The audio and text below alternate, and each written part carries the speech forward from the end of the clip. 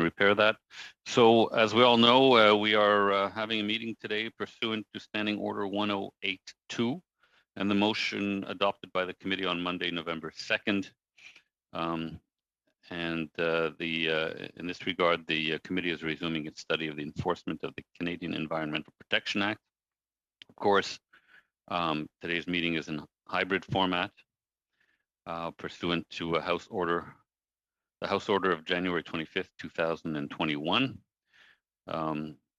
Again, if you're not speaking, either as a witness or as a member of the committee, while you are not speaking, if you could put your mic on mute. I would like to welcome our witnesses today. Today is our last meeting on the topic of Ms. Collins's motion. We have Michael Enns, Director General, Risk Analysis Directorate. Everyone is from Environment and Climate Change Canada. We have Sheldon Jordan, Director General, Wildlife Enforcement. Donald Walker, Director General, Environmental Enforcement. Anne-Marie Pelletier, Chief Enforcement Officer from the Enforcement Branch. Hannah Rogers, Executive Director of Environmental Enforcement, and Stéphane Courroux, Director, Transportation Division, Energy and Transportation. So I believe we only have one opening statement, and it will be Madame Pelletier, who will speak to us for about 10 minutes. And then that will be followed by the usual rounds of questioning. Madame Pelletier, the screen is yours. Merci beaucoup. Thank you very much, and good afternoon, members of the committee. It's a pleasure to be here with you. We've gone through the names of those people accompanying me here today, members of my team, so I'll just skip that section of my speech. To have a conversation about our commitment to the enforcement of the Canadian Environmental Protection Act. CEPA is an important part of Canada's federal environmental legislation aimed at preventing pollution and protecting the environment and human health. ECC administers a broad range of laws and regulations designed to prevent pollution, protect the environment and human health, as well as conservation of wildlife species, their habitat, and biodiversity. The role of the enforcement branch is to serve Canadians by carrying out inspections to verify compliance with these laws and regulations, but also by investigating and taking measures to compel compliance when violations are uncovered. The enforcement branch consists of about 400 employees, whom 249 are uniformed officers. These officers are highly trained with backgrounds in chemistry, biology, other specializations, along with significant law enforcement skills and experience. The branch consists of a national office in Gatineau, Quebec, which is our headquarters, offices in 5 regions: Atlantic, Quebec, Ontario, Prairie and Northern, and Pacific and Yukon. Enforcement officers are designated to enforce CEPA and its regulations across Canada in large and small communities. With our regional offices, we also have approximately 25 sub-offices. In the course of their duties, enforcement officers conduct inspections to verify compliance. Enforcement branch worked hand in hand with the different programs and environmental protection branch, who are responsible for the development and administration of the many regulations under CEPA. This work includes regulatory administration and testing. Cases of non-compliance identified by program staff are referred to the enforcement branch. When a violation is found, enforcement branch will choose the appropriate response from among the enforcement tools at their disposal. These tools designed to achieve compliance include warnings, directions, compliance orders, tickets, and administrative monetary penalties, which we call AMPs. When the environmental harm or risk of environmental harm or the factual circumstances warranted, officers conduct investigations and collect evidence to support delaying charges. To this end, enforcement works closely with the Public Prosecution Service of Canada. This results in a relationship which is very successful in working with the prosecution in order for us to be able to successfully endorse our environmental violations. Enforcement is not just about individual parties that are fined or charged. It's also about conveying to the regulated communities that there are real costs to non-compliance with environmental laws and regulations. We address the wrongdoing and ensuring a return to compliance. Along with effective outreach from our colleagues from across the department, enforcement actions communicate to polluters that they will be held accountable for their actions. Successful prosecution that lead to fines and other penalties send the message that the cost of non-compliance is high.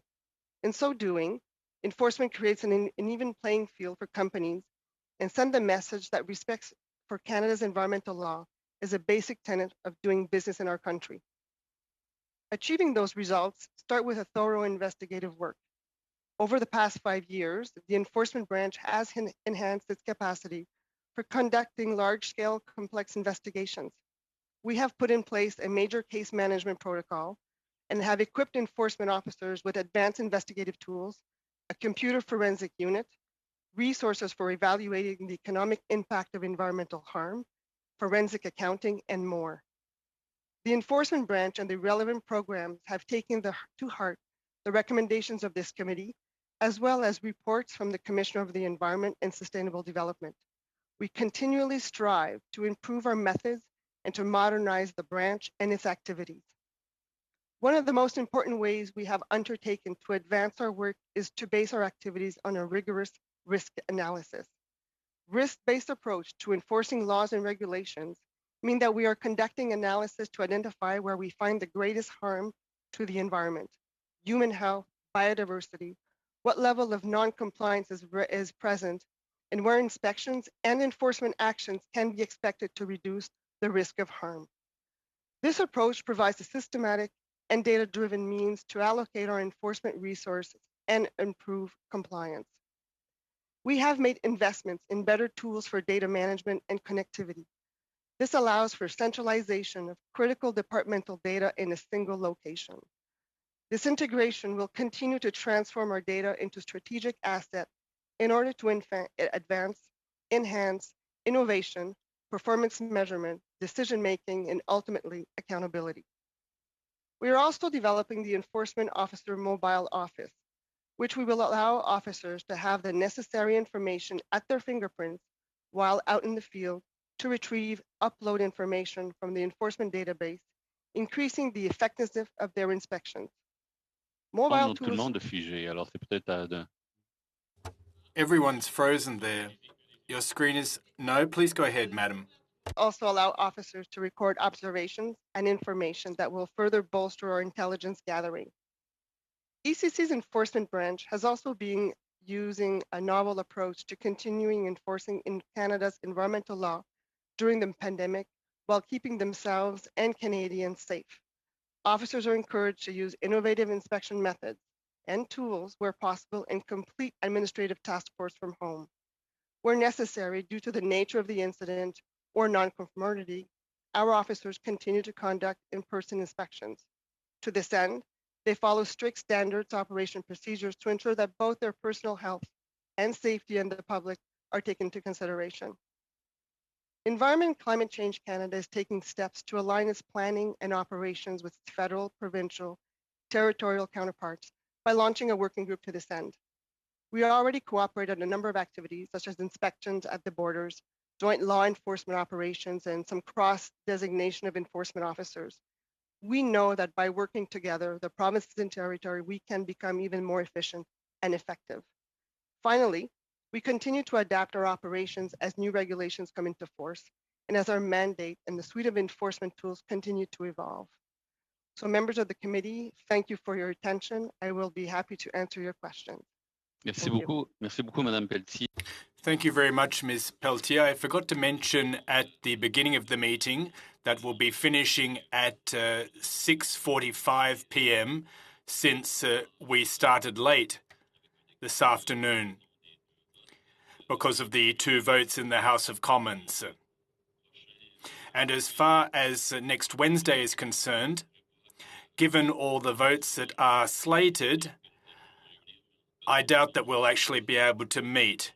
But in any event, we'll hold the meeting on another day, undoubtedly. So let's move ahead now and turn to Mr. Albus. Questions and answers. 6 minutes, please, sir. Much, Mr. Chair, and I'd like to thank all of our witnesses for the work you do for Canadians every day. I do appreciate your presence. I'm going to start off with Mrs. Pelletier. I believe. I'm sorry if I mispronounced your name. If you could start by just letting us know if any of your team was worked on the Dieselgate file directly.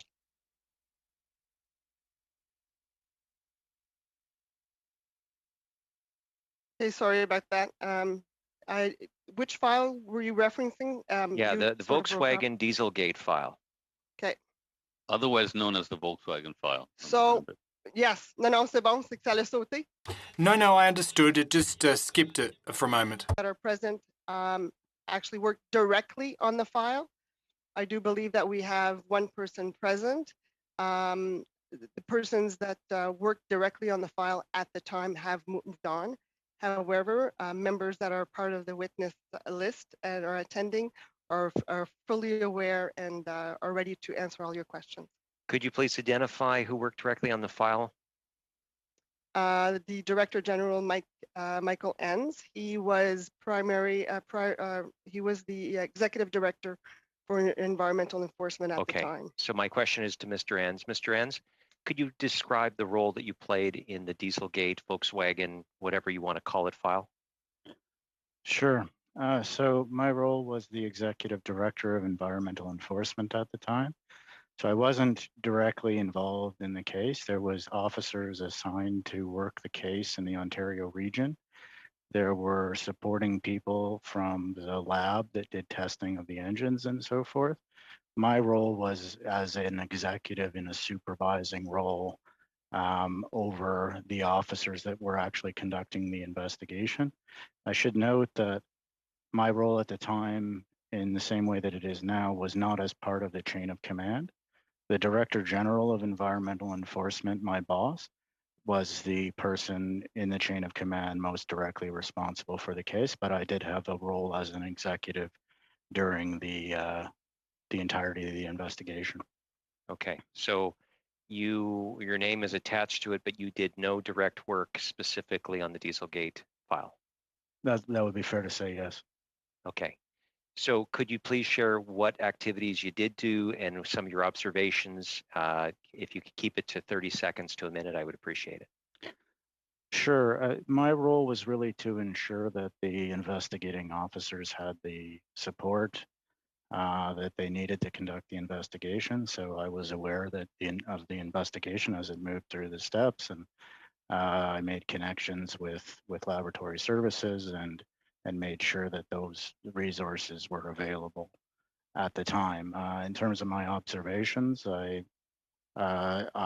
observed a case being worked according to the policies and procedures of the department in a way that is typical of this enforcement branch.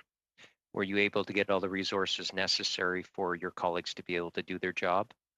We had all the resources necessary to complete a thorough and comprehensive investigation and to subsequently make a recommendation to the Public Prosecution Service of Canada.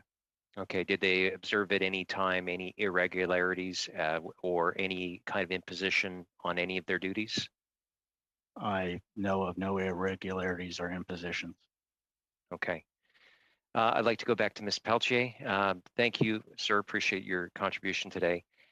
So I'd like to ask in just general, if you could please, Ms. Pelletier, just explain, first of all, it seems to me that you and your team are largely here have had no hands-on direct role when it came to the Dieselgate scandal or Dieselgate case, pardon me.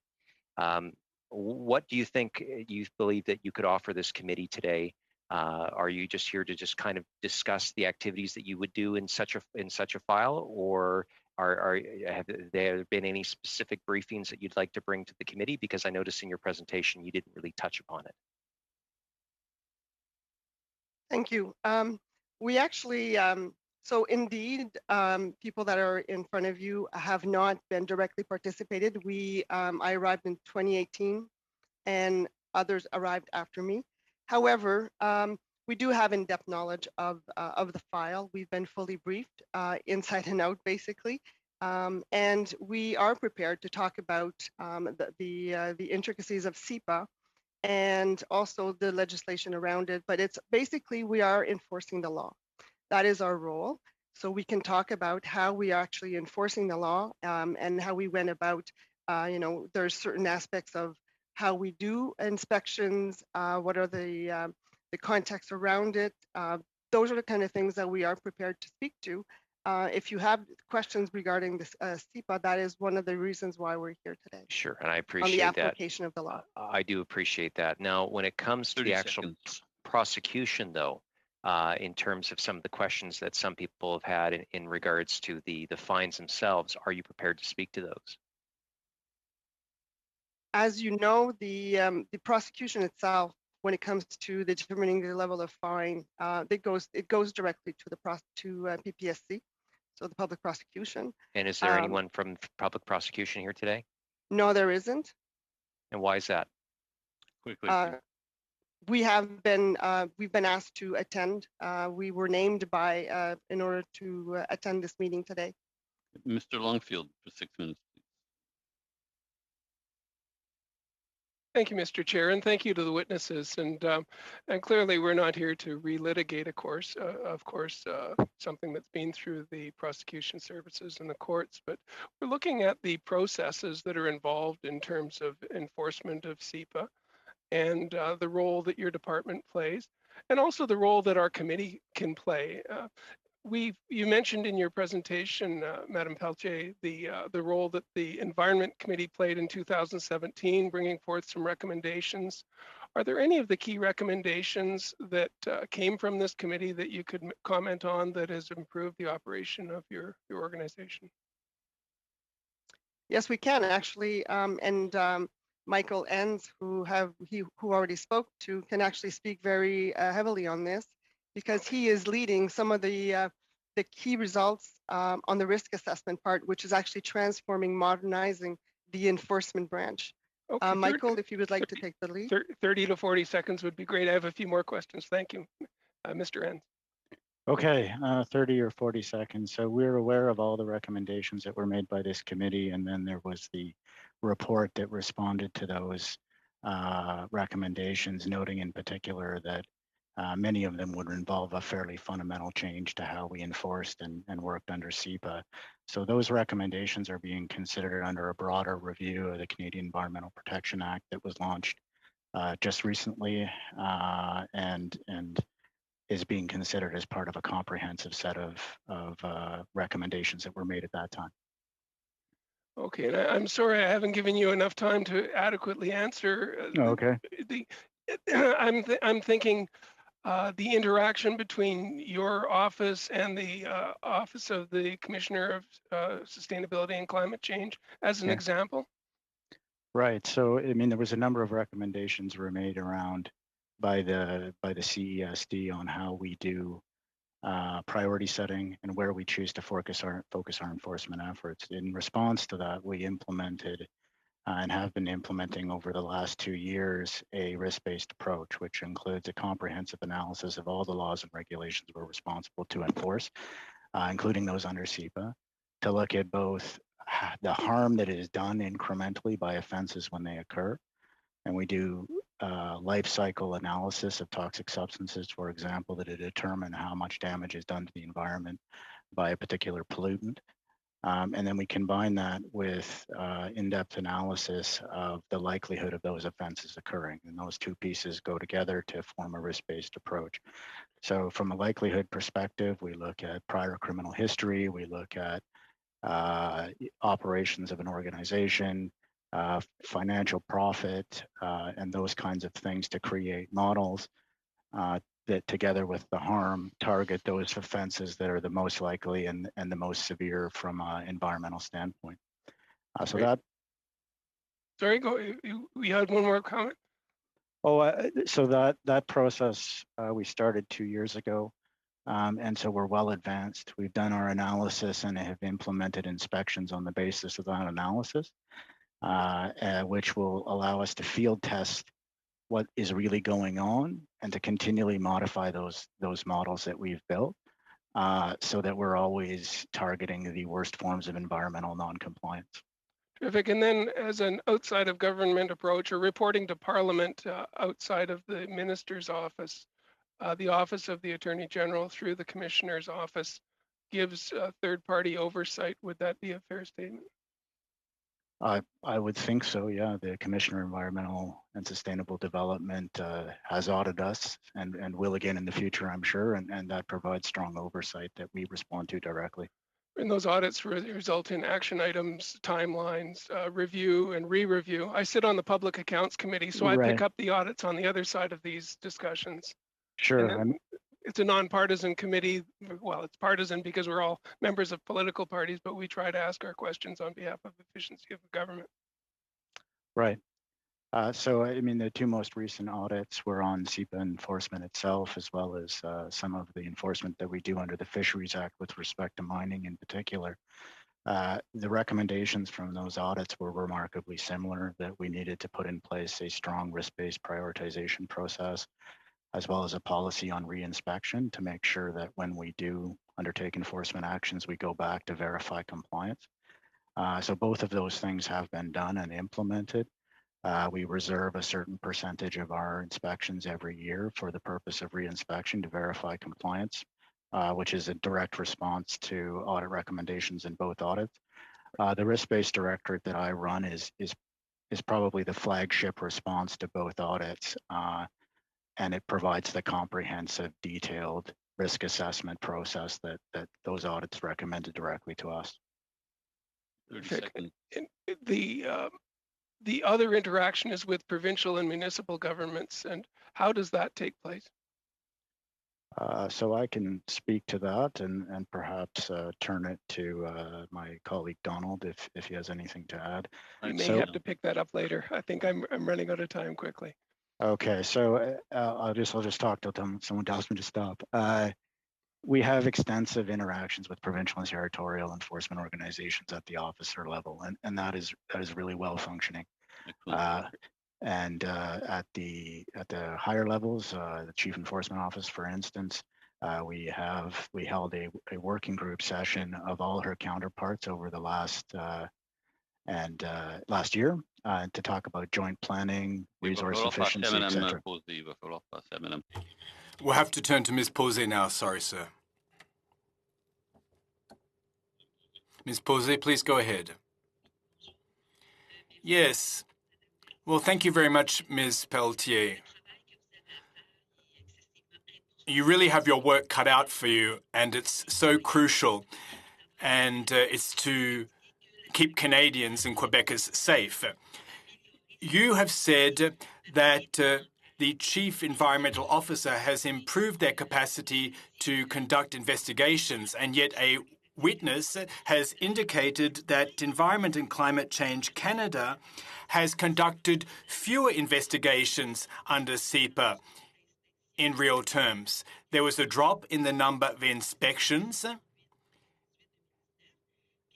and as far as the investigations are concerned, there were 60 over the first period I referred to, whereas 16 after the onset of the pandemic. So how do you explain this significant drop in the number of investigations being carried out? Sorry, I was speaking with my mic off. Let me pick up where I left off. When it comes to investigations, well, they're risk-based. And because of that, the issues are far more complex. So a drop in the number of investigations doesn't necessarily mean a reduction in the scope of what we're doing. There are also other tools. There are the AMPs, the administrative monetary penalties. There are also tickets.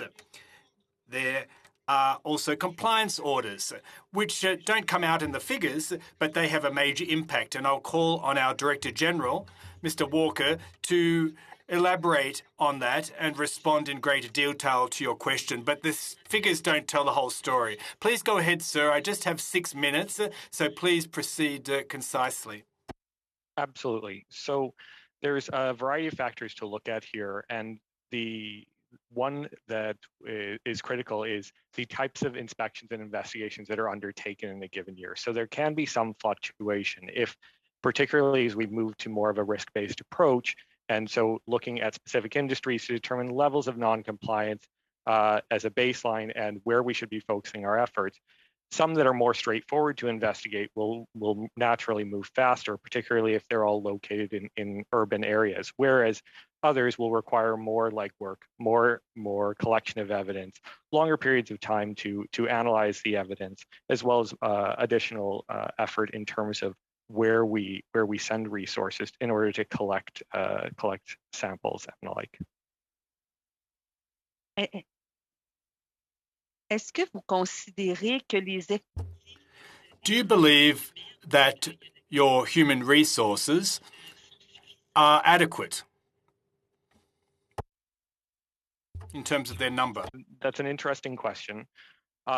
What I would say is our responsibility as an enforcement branch is to make sure that we're making the most effective use of the resources that we have. And that's why we have moved to a risk-based approach, so that we're looking both at the impact of non-compliance as well as the likelihood of non-compliance when we're determining how we use the human resources we have.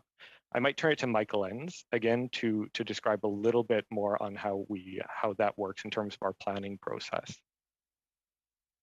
Sure. So, I mean, the main concern of any enforcement branch, in my view, trying to make effective use of resources are twofold: recruitment and training. We want to get the right people in, and we want to train them in the best possible way. And we've made investments over the course of the last few years to make that training the best it can be in terms of understanding the detailed requirements of the CEPA regulations, the nature and extent of non-compliance, and all of the possible tools to bring back conformity.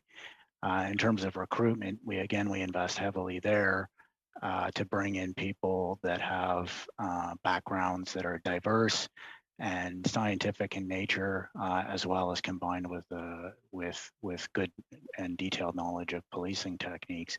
That's how we make the most effective use of resources. And recent investments in the enforcement branch have allowed us to double down on those efforts to make even more improvements, which is a big priority for our branch. Est-ce que vous croyez? Do you believe, given what you just laid out, and that is that there's been an increase in training, do you believe that you'll be able to increase the number of investigations you carry out in the upcoming years? Do you have a game plan in those terms? Response: well, we do have a plan to prioritize investigations. Will that increase them in number? Will it target, I'm not sure, but will it target the right ones? Yes, indeed it will. We're targeting the higher risk, more complex issues.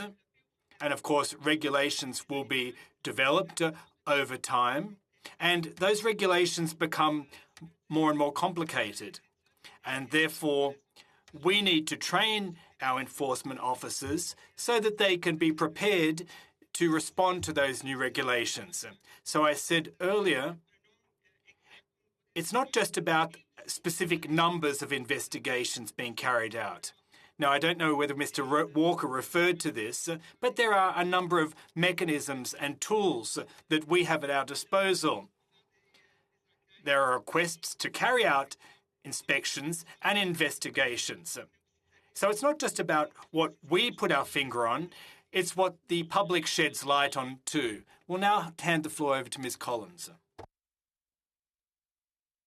Thank you so much. And Mr. Chair, I have to admit, my motion specifically indicated in light of the recent charges brought against Volkswagen in December 2019 under the CEPA, following this investigation by Environment and Climate Change Canada. That was the language in the motion. And I'm feeling a little bit disappointed that we have witnesses who were not there at the time and cannot necessarily speak to the direct experience of what happened. Being briefed on what happened is different than actually being able to question someone who was involved in the investigation.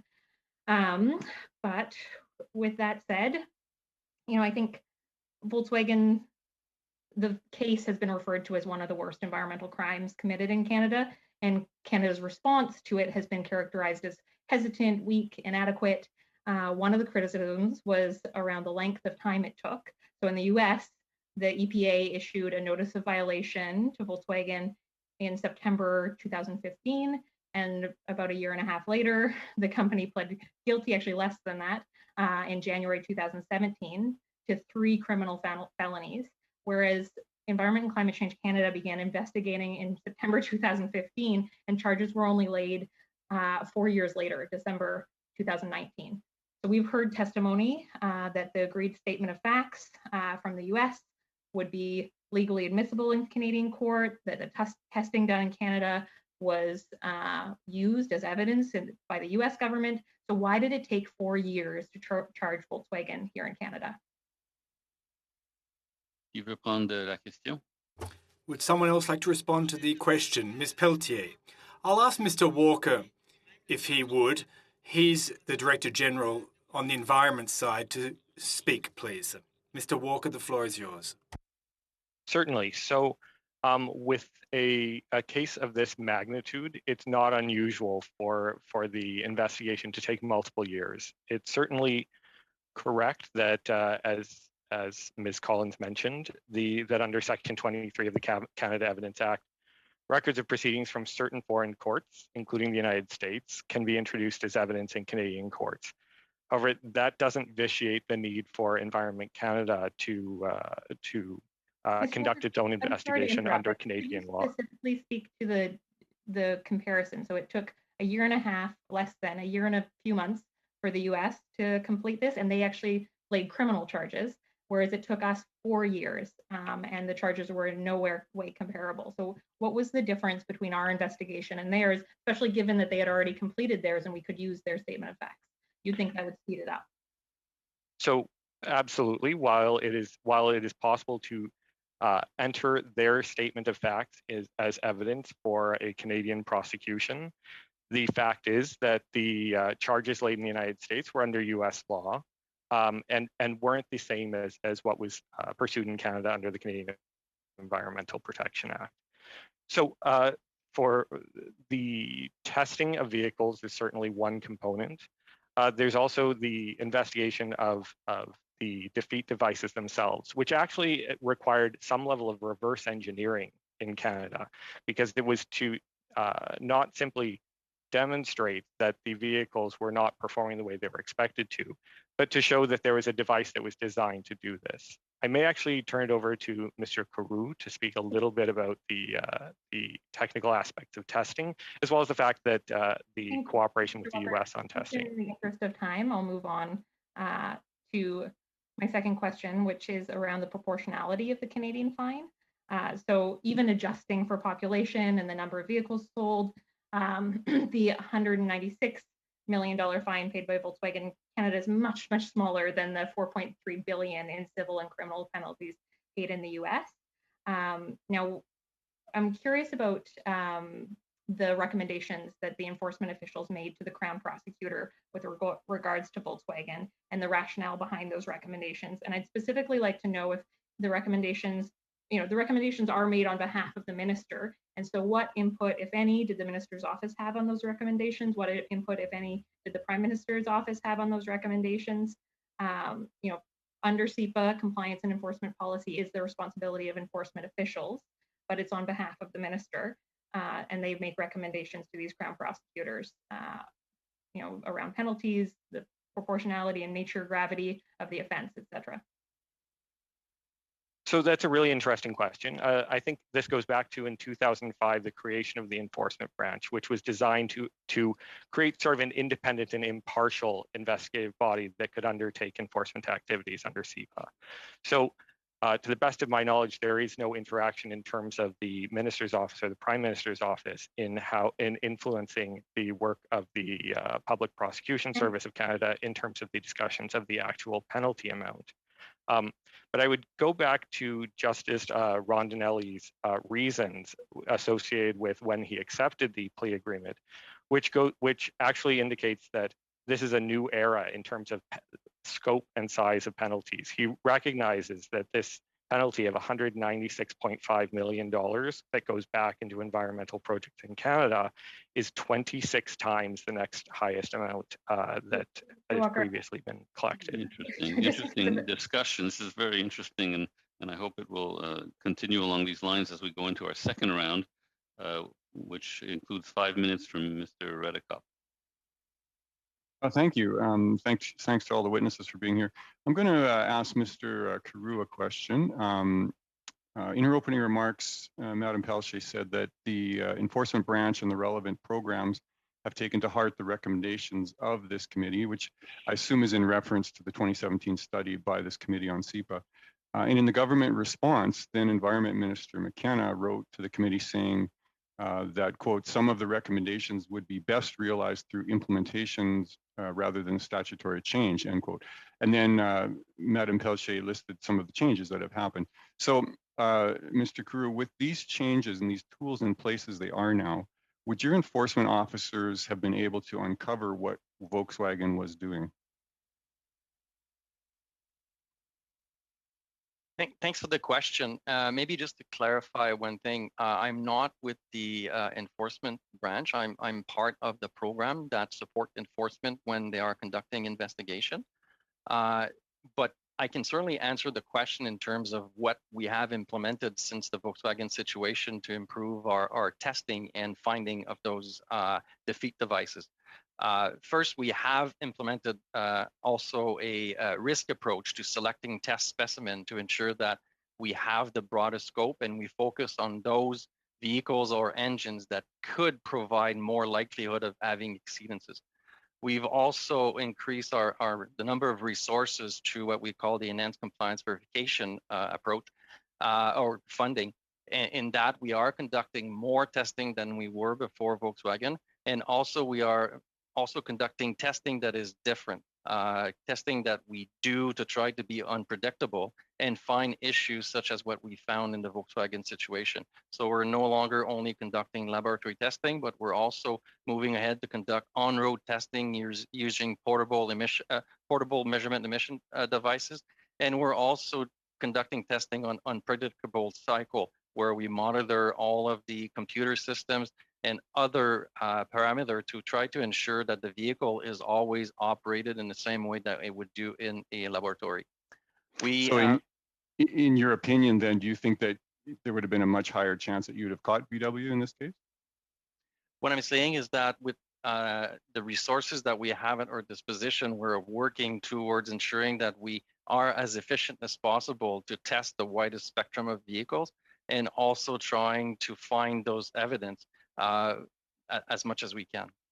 Okay, and so, you know, just thinking back to the situation with VW, given you understand the amount of work and things that were done in your departments to get to the bottom of the situation with VW, do you folks that work in that area consider that the amounts that VW had to pay in Canada was too low, too high, just about right? What are your thoughts? That's something I cannot comment on. Again, my role is to conduct the required testing to find out if there are non-compliances with vehicles and engines. My team administers 6 vehicle and engine emission regulation that looks after the emissions of pretty much all on-road vehicles and off-road vehicles that are operated on the roads. So what we do is we select test specimen every year. Based on our risk analysis, we conduct the testing, and if there's evidence that these vehicles have non-compliance, then we turn them over to enforcement, who works with and who can talk more about how the prosecution or the follow-up work happen. I'm more curious, just you know, around the coffee room talk with the folks that work in your area. What do they think of the way this turned out? Obviously, that's something we don't discuss. That's our role is limited to obtaining the proper test specimen and conducting the testing, and then basically following through with those that are non-compliance and providing those files to our colleagues in enforcement to bring them forward. Madame Pelche, do you expect the Canadians would have more confidence in enforcement of SEPA when big companies like Volkswagen get essentially a slap on the wrist compared to other jurisdictions like the USA and Germany? Why should Canadians have confidence in the changes you've made? 25 seconds, please. So I believe the Canadians do have confidence. This has been the largest fine in our history, and so this is we're setting a baseline now for the companies out there, and we're setting the tone. And the message was very clear. It's a historical fine. and the investigation it was well conducted, and with all the collaboration that we've had within our department, Canadians can be proud of this investigation and the results. Merci, merci, Madame Pelletier. Thank you very much, Ms. Pelletier. Mr. Seigneur, please, the floor is yours. Thank you, Chair, and thank you also to all the witnesses for being patient and for being here today. I'm going to start off with a general question because I mean, just as you know, that we're going to be reviewing SEPA shortly. So, you know, what do you think some of the shortfalls are to the Act, and how would you like to see them addressed in improved enforcement? And this can be to anybody. So Donald, go ahead. So obviously, as enforcement branch, we work closely with our colleagues in the environmental protection branch who are responsible for developing regulations and working on any legislative changes.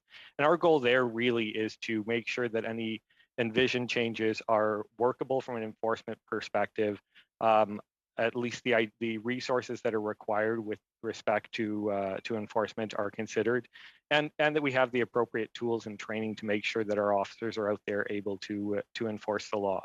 I would say, however, that our role here is to enforce the law as written. Where we do identify gaps, and I'm not sure that that's something that we would necessarily speak about, we do identify them to our colleagues within ECCC so that they can be addressed as quickly as possible, so that enforcement can continue. The next question I have is about the damages fund, and as you know, the damages fund allows for fines to be levied under SEPA to be used to restore the environment. Currently, it's the court that directs those funds to be used to repair the specific damage that the fines were levied for. Do you think that this is the proper way, or should maybe somewhere else in the department that decision should be made?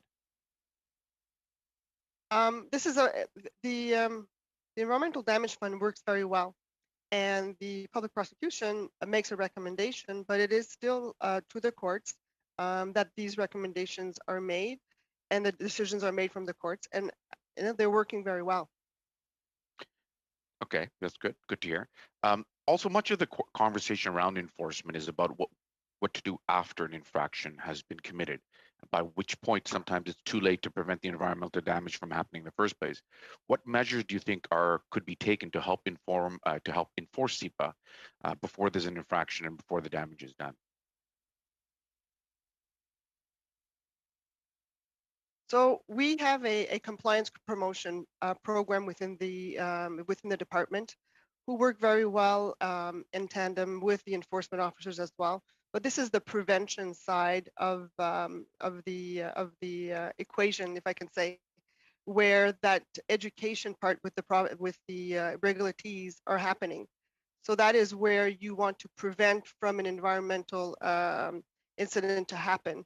We do have tools to work with the regulatees, and we have directives. There are some tickets, there's some AMPs. So there's smaller item enforcement abilities that we can put in place that sort of triggers the compliance towards a regulatee rather than going into a full-fledged investigation.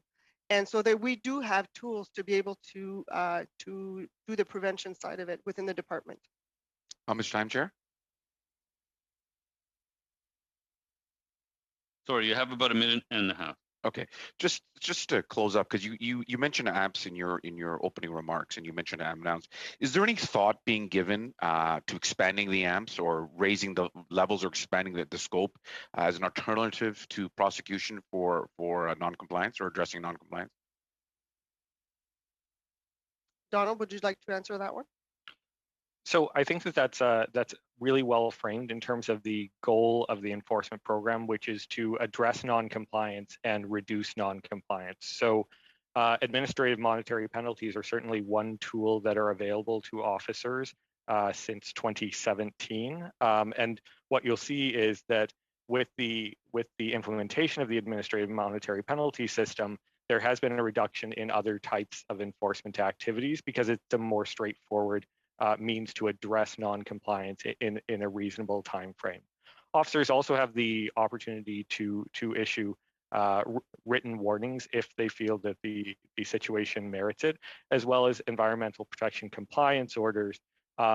So other measures that are short of prosecution, but still take steps to actively address the non-compliance and reduce or mitigate or limit damage to the environment.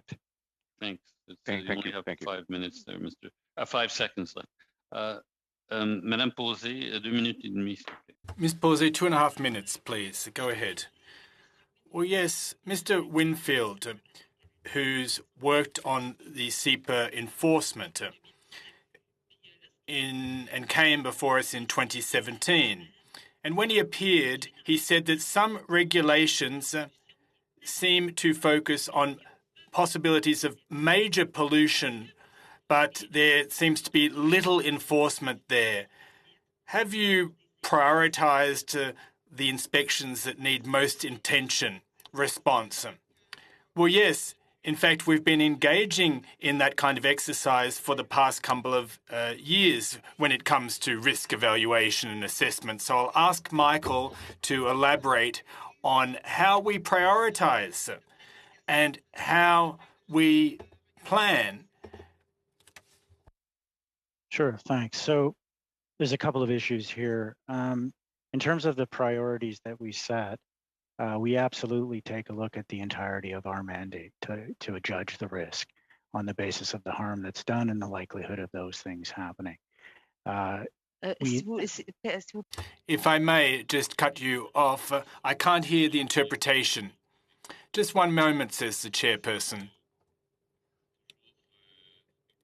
Have we fixed the problem?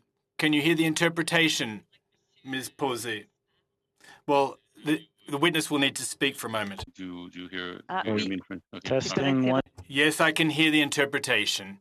I can indeed hear the interpretation into French. Please go ahead. So, as I talked about earlier, the risk-based approach to setting priorities is really at the center of answering your question. We look at the entirety of our mandate, and that includes regulations like the environmental emergencies regulations, which require organizations to have a plan in place to prevent the big scale catastrophes that you mentioned, as well as the entirety of our other mandate.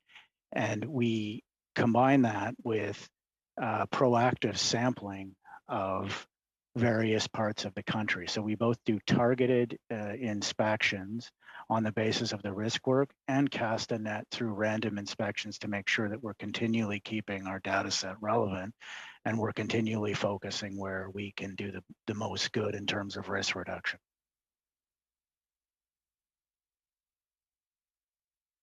Il me reste combien? How much time do I have left, Mr. Chair? About 30 seconds. Well, if we want to ensure that inspectors and enforcement officers have the tools that they need to deter offenders, well, don't you think we should develop new penalties under the law to ensure it's better enforcement? Briefly, please, in response. Response. There will be an overview of the Act, and that Act will give us an opportunity to take a close look at what is required in terms of legislation. So a second sober look at that Act. Ms. Collins, 2.5 minutes, please. Madam Collins. Ms. Collins. Thank you, Mr. Chair. I'm so sorry. Just was having some technical difficulties with IT. Can I just quickly get a confirmation that IT can hear me now? We can hear you. I don't know if there a problem. Yes, we're getting the thumbs up in the room. Everything's good? Okay, great. Okay. Sorry, I just got a call from the House of Commons. I just wanted to confirm. Thank you. And, you know, I think following up on the question that I had asked Mr. Walker, what I heard from you was that to the best of your knowledge. So it sounds like that you don't have the direct knowledge of what kind of recommendations were put forward at that time or who might have had input into it. And so maybe moving over to Mr. Enns, just about those same questions. I just want to also maybe, Mr. Chair, just wanted to confirm that we'll have another round of questioning after this. Yes, yeah, we're doing quite well. Yeah. Okay, yeah, and maybe just on those two pieces, the irregularity in the length of time, especially in comparison with the U.S. Prosecution, and then also on the proportionality of the Canadian fine, which, it's, to me, it seems kind of embarrassing that this is the largest that we've ever gotten, and it is a fraction. It is such a small portion of what the U.S. Were able to get. So I just wanted to get your kind of firsthand account. Sure. So, I mean, on the proportionality of the offense, I think it's important to note that penalties in Canada are based on precedent in Canada and not in any other country. And on that basis, we're pleased that it was more than 25 times the size of any previous penalty. And to our way of thinking, that showed the seriousness of the offense and the seriousness with which the court took it. And then that's based in Canadian precedent. And as you know, the United States has a different system, and it includes different elements in the offense than is included just for what was the fine under CEPA, what you're talking about with 196.5 million. There were a number of elements of the U.S. fine, which make it very different. Okay, and I guess they did kind of bundle these fines differently, and the kind of the decisions made around how to bundle them were quite different, which resulted in a lower fine. And just the fact that I'm just curious, do you have any direct experience around the recommendations that were made to the that the enforcement officials made to the Crown prosecutor and the rationale behind those penalties? And would you have any kind of firsthand knowledge on any input that the minister's office might have had in the recommendations for Volkswagen, or any influence that the Prime Minister's office might have had? Maybe Mr. We're well over time now. Maybe Mr. Albus will be gracious enough to let Mr. Enns answer that, but he might have his own question. So we go to Mr. Albus. Please, if you wouldn't mind, Mr. Chair, let that happen. Okay, so in terms of the Minister's office and the Prime Minister's office, I can tell you that in my experience throughout the case, there was no discussion with the Minister's office or the Prime Minister's office about the case itself in terms of what we would put forward to prosecutors and so forth. We did not get guidance directly from the Minister's office or the Prime Minister's office at any point that I'm aware of. In terms of the length of the investigation, which you also referenced, we needed to establish that an offense took place in Canada, which required a in-depth investigation that had to look at all of the elements. And as the presiding judge noted, what took place in the United States was very different in terms of the offenses that were pursued. And the admission of guilt by Volkswagen in the United States did not carry any specific weight in terms of a finding of guilt or innocence in Canada. It was certainly, everyone was aware of it and considered it, but there was no rubber stamping of U.S. decisions in Canadian courts. And we need to conduct our own investigation. We need to establish the facts. That was both the offense in Canada, the relationship with the United States in terms of the vehicles that were tested there and then brought into Canada, as well as the international scene, which took into account Volkswagen, the international organization, and its relationship with its Canadian and U.S. counterparts. It's important to us to do a comprehensive investigation, and that is what we put forward in our report to Crown Counsel, which is standard practice for any law enforcement organization. And it detailed the offense in Canada, it detailed the severity of the crimes, and then the Public Prosecution Service took that information and then they pursued the best possible outcome according to what they believe was in the public interest. So just on that point then, can you confirm to me, because there is something called Crown discretion, and of course there's only so much available resources that are available at any one time, and you just said that they made a decision that they felt was in the public interest of what they could pursue. Can you answer whether or not that the Public Prosecution Office had enough resources to be able to take the evidence that and recommendations you handed over and to be able to prosecute a fair case? I'm not in any position to comment on the resources or capacity of the Public Prosecution Office. Well, it seems to me, sir, that you've said you have lots to say about the risk management. You've said lots about your own capacity and that there was resources. But when it actually comes time to holding the laws, we are a rule of law country. You and it sounds like probably everyone else cannot comment on a critical area. Is that correct? Well, what we can comment on is the enforcement of CEPA, and we can comment on the investigation that we conducted and the report to Crown Counsel that we issued. But you cannot comment in any iota about the resourcing of the Public Prosecution's Office. Who would be able to do that? I don't have a name in mind, but someone that Well, works for the Public could you indicate- Prosecution Service of Canada would be where I'd start. And they're not here today. Do you No, know they're whether or not, by the way, who asked, who in your department suggested that yourself and Ms. Pelletier and everyone else come? Who made that decision? I'm going to have to refer that to Ms. Pelletier to answer. So we do have a group within the department who actually ask who is responsible for certain files, and we are the current staff on hand for these files. Was there any discussion to invite the Public Prosecution Office so that they can speak to Crown discretion and whether or not they have the resources to pursue the case? No, we have not, because this conversation was about the enforceability. Okay, how much time do I have, Mr. Chair? About 45 seconds. Okay, well, what I would simply just say is that I'm very disappointed because we can't have a proper discussion of whether or not there was both compliance and whether it was prosecuted. We do know a law was broken. We do know the facts say that.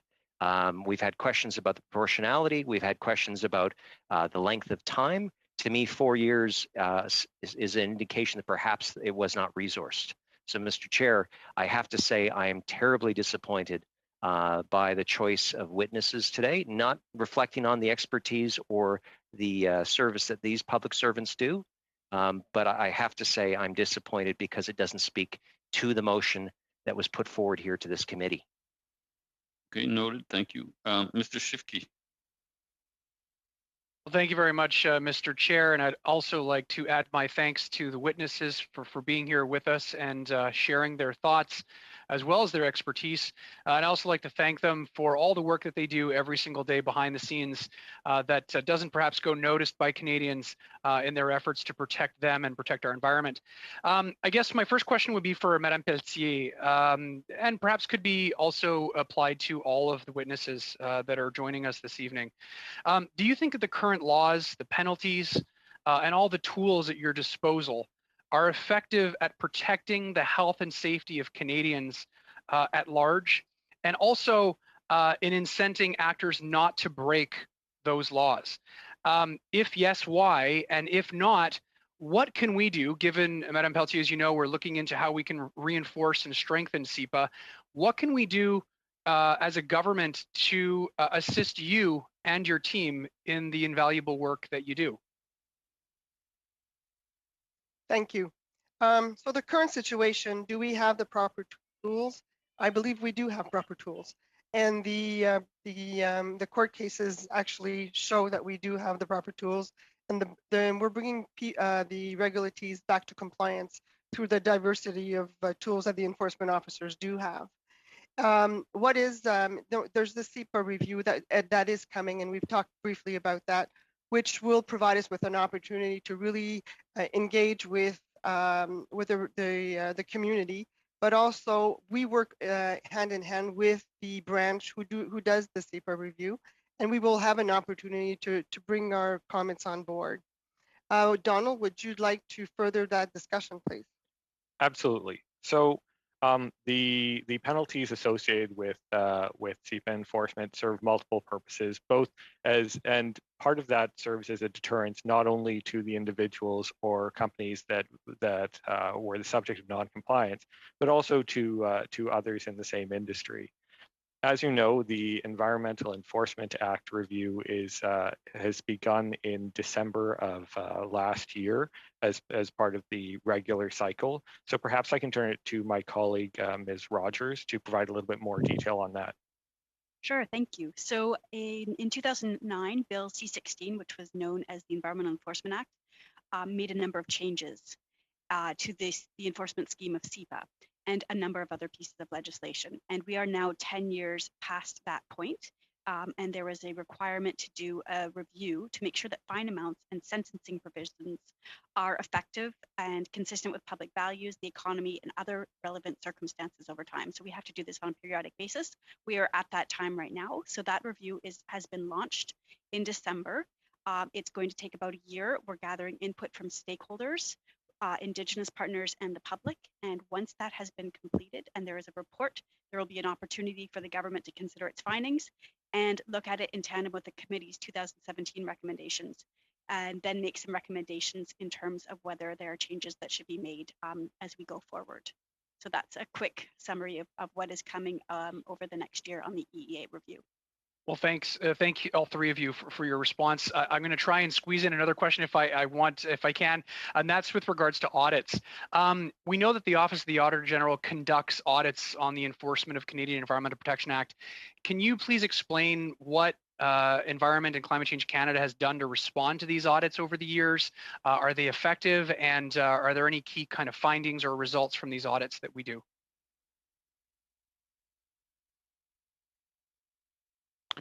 So maybe I can take that one.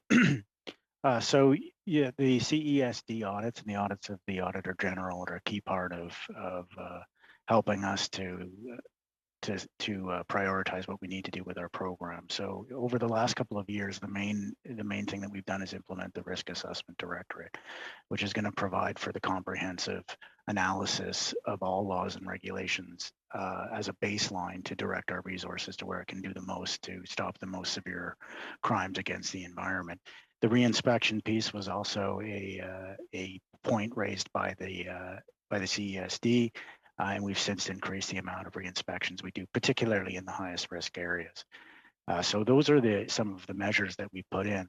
I would also note that we have investment that's coming into the department for enforcement to modernize its approach, including on risk-based enforcement, so that we can expand the degree to which we target those worst case offenses, and we have the infrastructure and the training and the recruitment to put our best people forward for that purpose.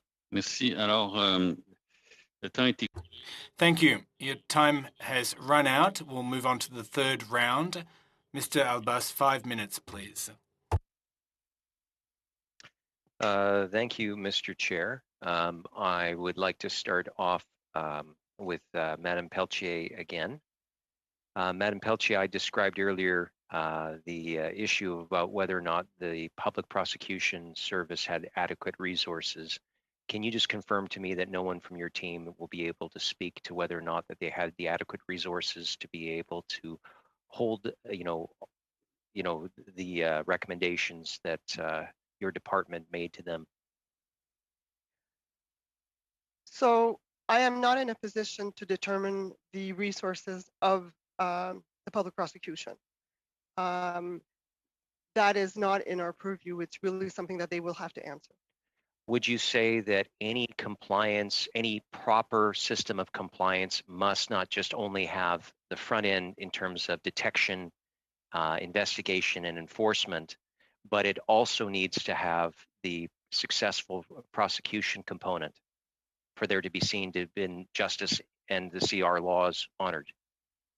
It's a continuum. Absolutely, we need a good public prosecution. Okay.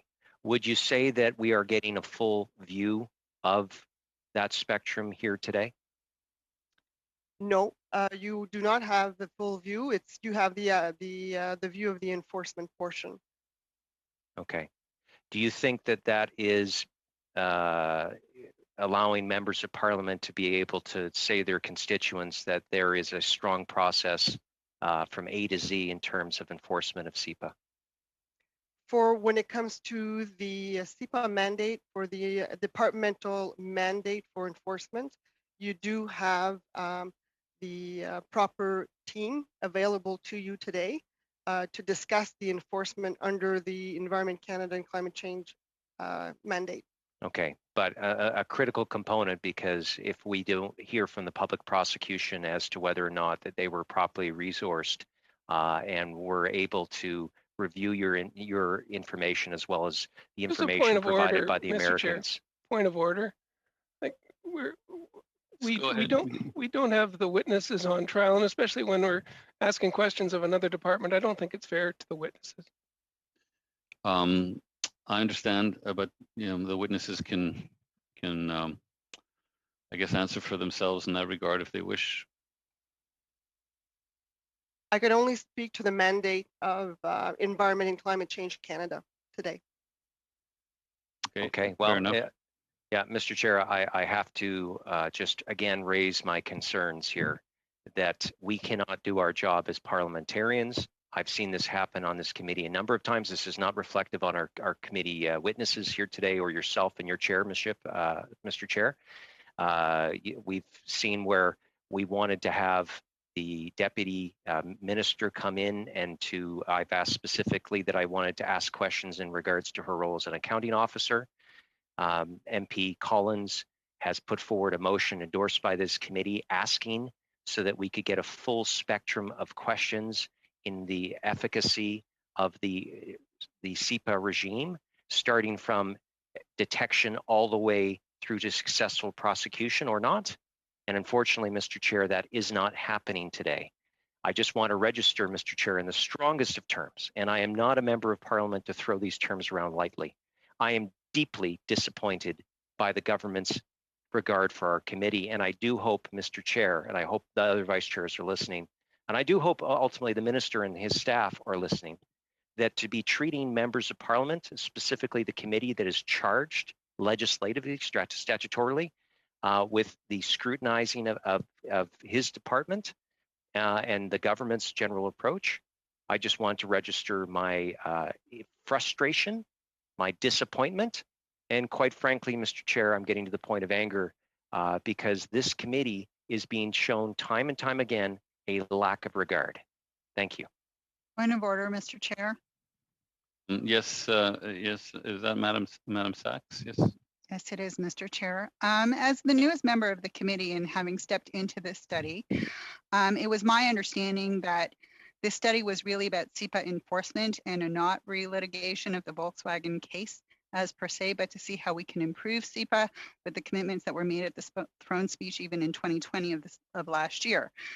That being said, could you clarify for me, did my colleague, Mr. Albas, at any time ask for a member of the public prosecution to be a witness? Well, you know what? Just so that we could clarify between enforcement, which is what we're focused on here, versus the procedural process in a court case, which has already been decided upon. Thank you, Mr. Chair. Thank you, Madam Sachs, for that question. I'm going to, Mr.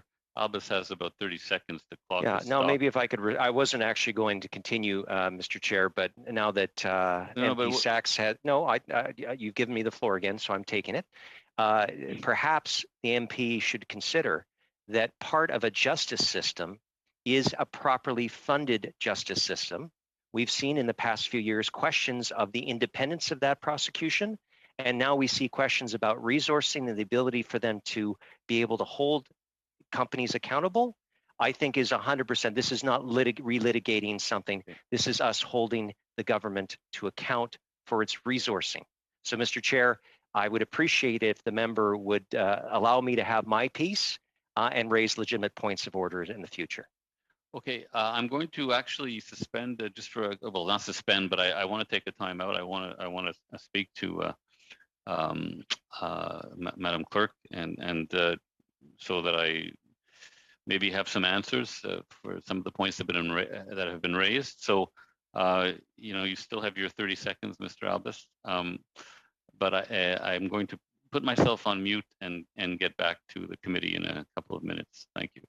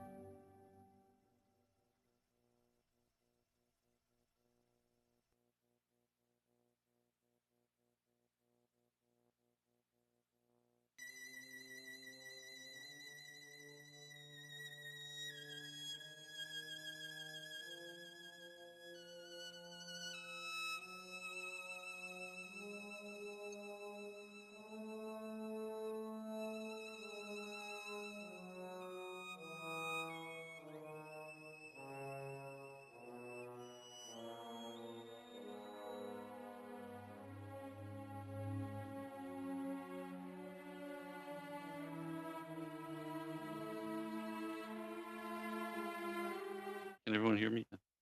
The idea was to have, excuse me, departmental officials appear last. Normally, the departmental officials appear at the beginning, but Ms. Collins thought it would be a good idea, and the committee agreed that they appear last. The witnesses, the clerk deals with someone in the department, a public servant, to determine who will appear for the department. So the excellent witnesses we have today were suggested by the department.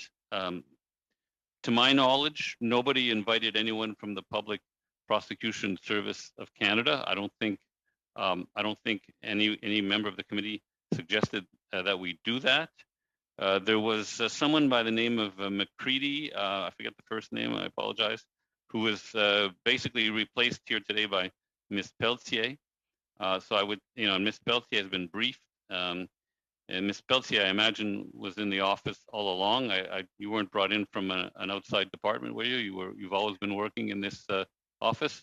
So just so that, just a correction, Heather McCree was the Director General for the Environmental Enforcement, who was replaced by Donald Walker. Okay, Mr. Walker. Okay, so but yes. Mr. Walker, you didn't come out of the blue. You've been in the department for a while. I joined the department in 2020. Okay, so were you there? You joined in 2020. Do you feel that you have a good perspective on things, that you know what you have the same perspective more or less as Ms. McCready? I believe that I'm able to speak to the issues. Yeah, okay. And then Mr. Emile Bandigi, who was, I guess, in the department at the time of the case, he's been replaced by Mr. Enns? Emile Bandel was the investigator. Oh, sorry, Bandel. I didn't. It's okay. It's okay. Emile Bandel was the investigating officer, so I wouldn't directly replace him. Okay, so the only the only person really whose perspective we would not have 100% or 95% would be Mr. Bandel. Is that correct? I mean, Mr. Walker has Ms. McCready's perspective.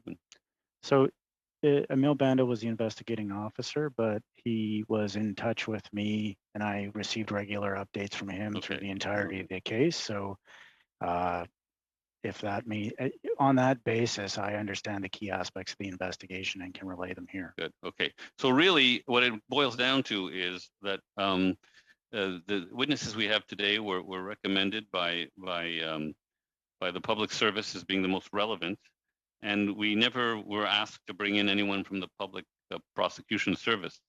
Mr. Albas. Thank you, Mr. Chair. I just want directly to that point. If you look in the motion, it says including the investigation and charging of Volkswagen. I asked very specific questions about charging, and we know that it's the Public Prosecution Office that is responsible for that. ECCC gives their investigative and recommendations. It's ultimately the Public Prosecution Office that charges. I would say, Mr. Chair, yeah, I understand that. I would say, Mr. Chair, that by not submitting anyone that had direct responsibility between investigation and charging really shows a lack of contempt for this particular study. Mr. Chair.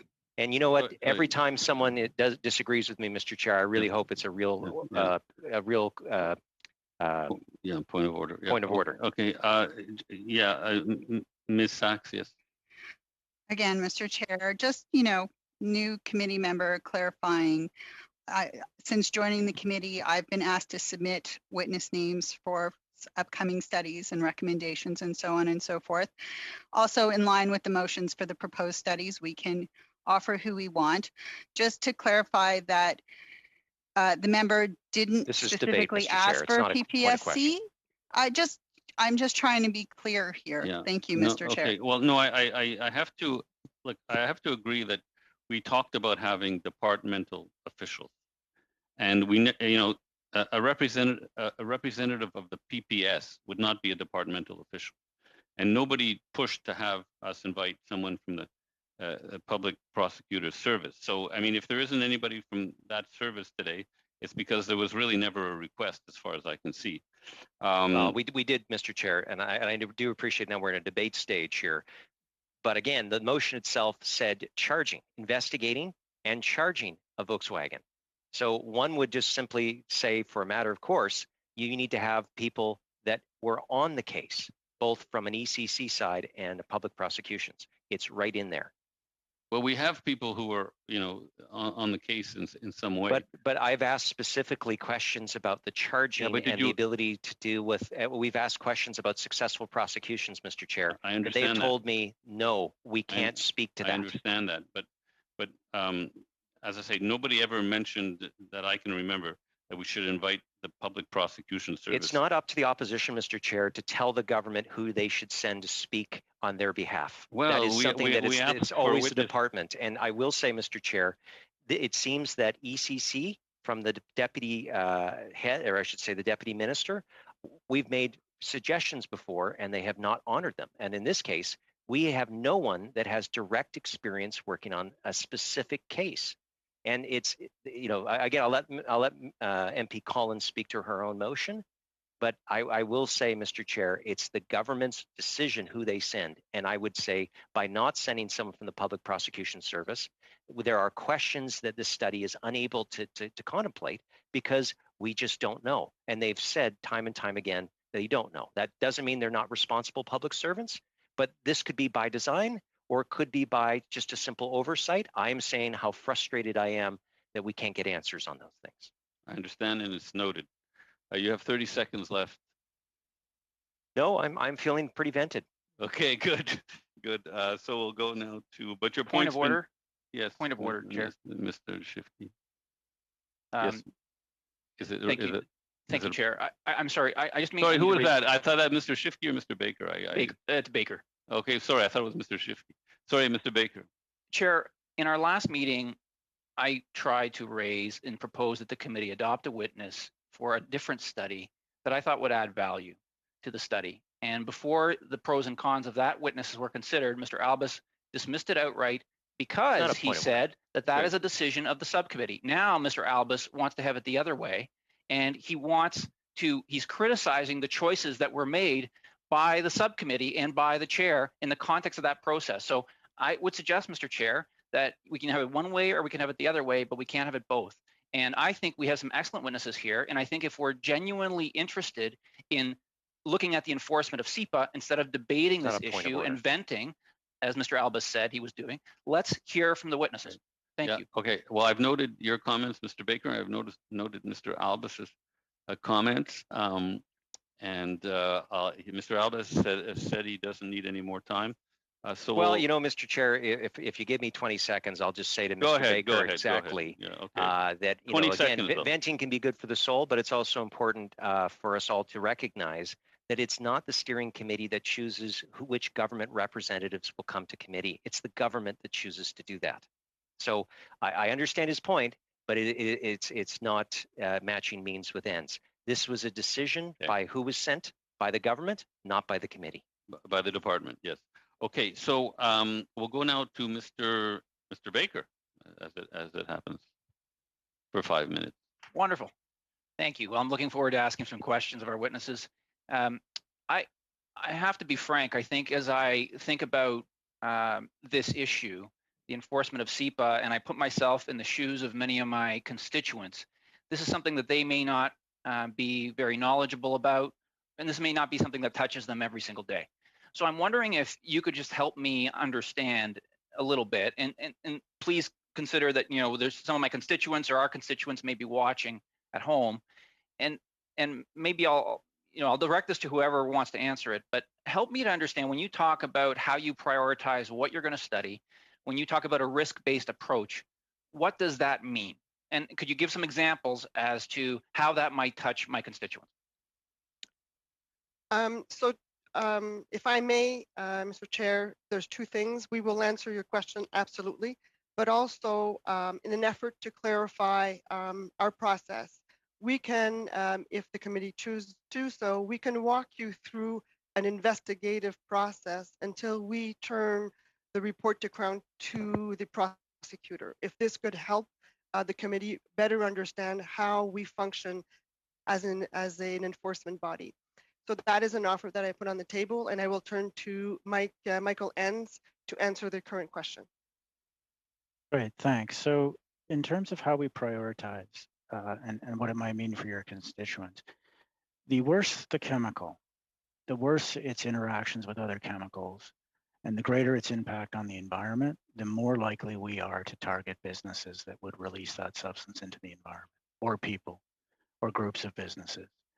And we use life cycle analysis to determine that, which means the receiving environment is taken into account, which means the impact of these things for years to come and generations to come are at the center of what we choose to prioritize, bioaccumulation and so forth.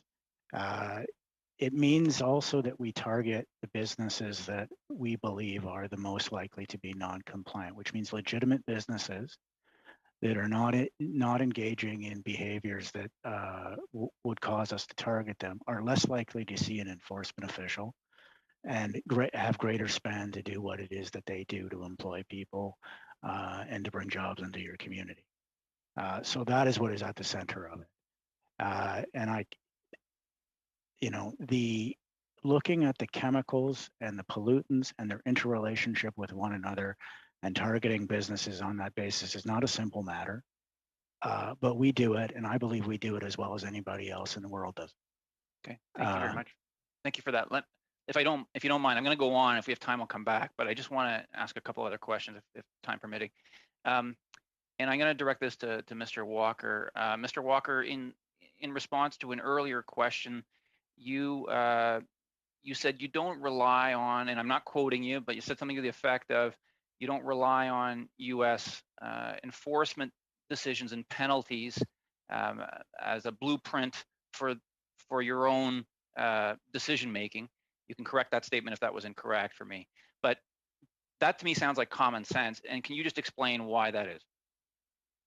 Certainly. So I didn't mean to give the impression that we don't work with our U.S. counterparts or that we would ignore the U.S. enforcement action in terms of the activities we would undertake on ourselves in terms of pursuing an investigation.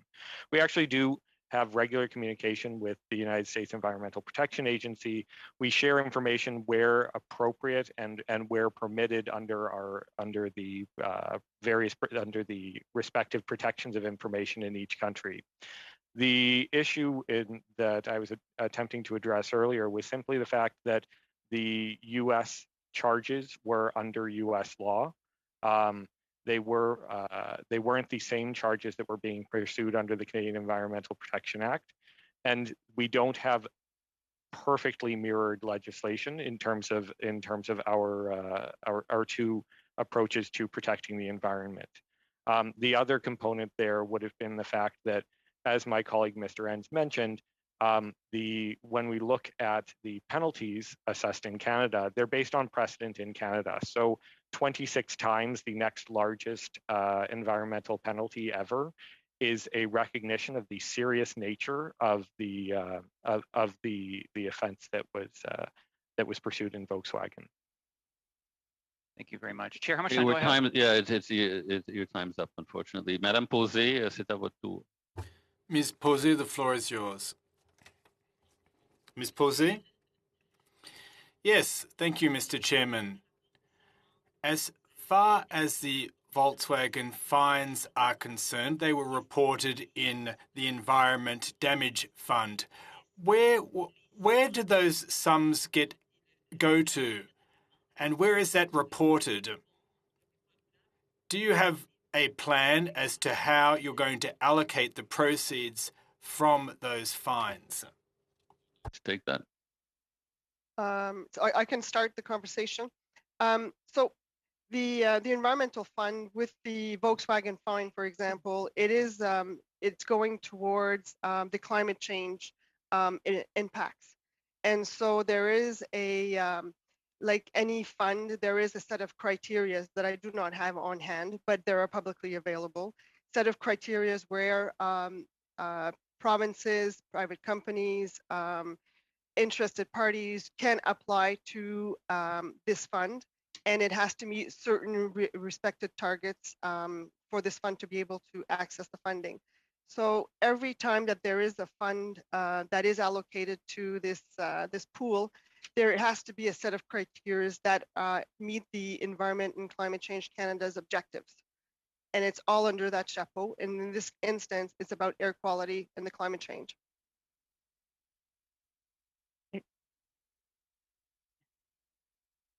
Okay, merci. Thank you. I would have liked to have heard the answer in French. It would have been a little quicker for me and there wouldn't have been any lag. I'm so sorry. I'm so sorry. It's a habit of mine. Question: do you think it would be appropriate, given that, to increase these fines, or the amounts of those fines? At some point, there was a witness who said that inspectors were more inclined to issue warnings than to prosecute. So if there was more of a focus on prosecution and on fines, you see where I'm going with this, there would be more money to offset the mistakes made and the violations of the Act. I'll call on Mr. Walker to elaborate on my response, given the enforcement of the Act and the tools that we have. Very quickly, if you would, please. Well, it's a question of what the offence is. We have a whole array of tools at our disposal. It's not necessarily a question of the amount. We try to address the issue of pollution first and foremost, with a view to preventing any future risk. Unfortunately, your time has run out, and I'll now hand the floor to the next member. Thank you, Mr. Chair. And yeah, I think just wanted to echo some of the disappointment and frustration, and not necessarily, not at all at the witnesses themselves, but really about not being able to ask questions to someone who directly worked on this case. And also, you know, I don't want to repeat some of Mr. Albus's comments, but I think at this point, I'd like to move a motion. And the motion is that the committee report to the House that it is disappointed and frustrated with the Liberal members' decision to send witnesses that are not aligned with the motion on Volkswagen SEPA compliance agreed upon by the committee. Okay, you're gonna have to let me pause here for a moment, Ms. Collins. I'll get right back to you.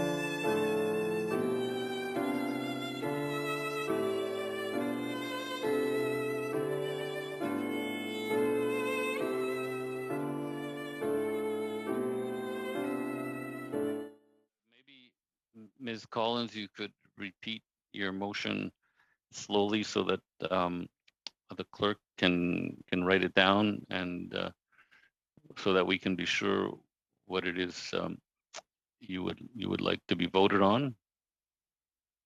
That the committee report to the House that it is disappointed and frustrated with the Liberal members' decision to send witnesses that are not aligned with the motion on Volkswagen SEPA compliance agreed upon by the committee.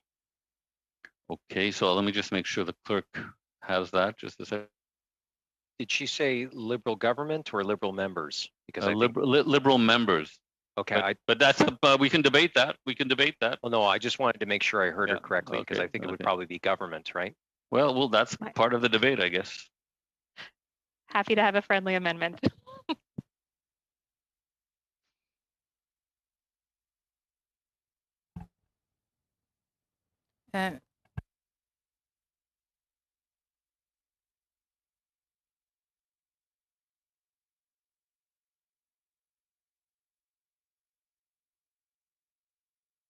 Okay, and Ms. Collins, go ahead, speak to your motion.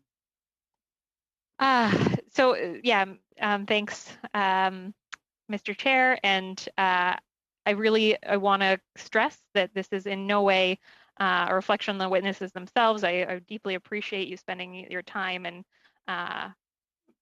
sharing expertise today. This is really about the decision that was made by the government to send witnesses today who don't have direct experience, that there's been numerous questions that we've asked where we've gotten the answer that they can't speak to it, that to the best of their knowledge, and also acknowledging that no one here was actually working on that file directly at the time. And so, wanting to express to the House our disappointment and our frustration with this. Okay, so I have these hands that are up on the screen. I'm assuming my software is working properly and that the next speaker is Ms. Sachs. Ms. Thank Sachs? Thank you, Mr. Chair. So I feel like I need to ask this question again. If any of our members asked for the PPSC as a witness, there seems to be a lack of clarity here in understanding the various roles between government, enforcement, and prosecution. They are three separate branches of this process. The purpose of this specific study, from my understanding, was to be about SEPA itself and the enforcement process, and to bring witnesses forward for that purpose. And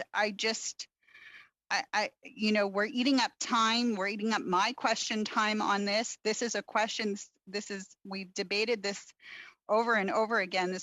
Your disappointment has been raised repeatedly on camera for everyone to hear, and you'd like to waste more time now bringing this to the House. You have other means to bring this to the House if it is such a contentious issue for you, and it's really not the best use of the committee's time. Thank you, Mr. Chair. Thank you. Could you take your hand down, thank you. Mr. Schiffke. Well, thank you very much, Mr. Chair. I'm just going to echo the thoughts of my colleague, Ms. Sachs, on this one, as well as my colleague, Mr. Baker, who previously pointed out that you can't have it both ways. We wanted to go through an exercise where we could have discussions on different witnesses that we would invite to committee. That was shot down by one of the Conservative members who said, no, it's not our job to do that. Now we're in a situation where the witnesses that have been brought forward, that were asked by the department to bring forward to directly respond to questions as outlined in the motion itself, were brought forward. The department made their decision to bring their experts forward, who they thought could best answer these questions. This is my own personal opinion on this, Mr. Speaker, but they came here, they answered the questions. I don't think that the questions were responded to in a way that I think were very helpful to the point that the honorable NDP member was trying to get across. She was looking for information that would be helpful to try and show in some way that there was a mishandling of this particular case, that in some way the government tried to get involved and let this corporation off easy. Point of order, Mr. Chair. Is this a debatable motion? I just want to clarify that. My understanding is yes. So, and then as the meeting went on and the responses weren't in line with the direction that the NDP member was hoping, I think, that this was going to go, at that point, both the Conservatives and the NDP decided that they would start showing frustration. And I think that the frustration that they're expressing towards the inability to answer certain questions is actually more so an expression of the questions being answered, but not to the liking of those members.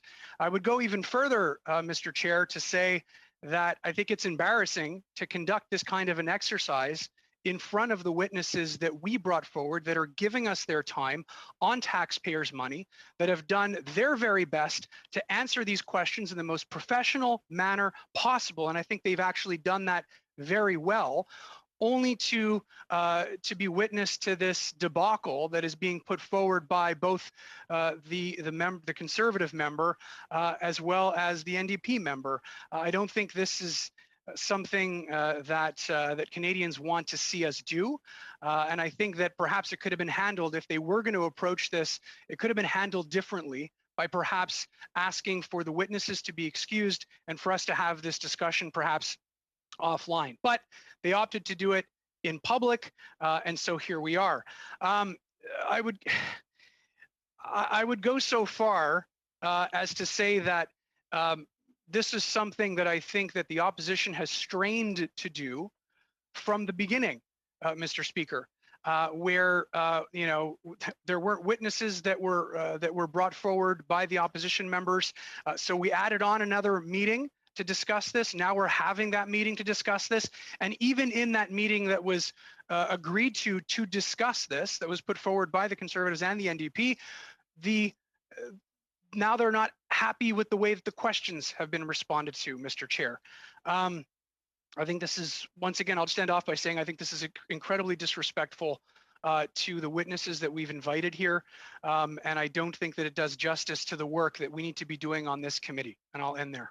Okay, well, given all the hands that are up, I'm going to let the witnesses go at this point because it's not fair to them, and I just want to thank the witnesses for the time they've taken and the effort they've put into giving their answers. We'll go now to, so you may please feel free to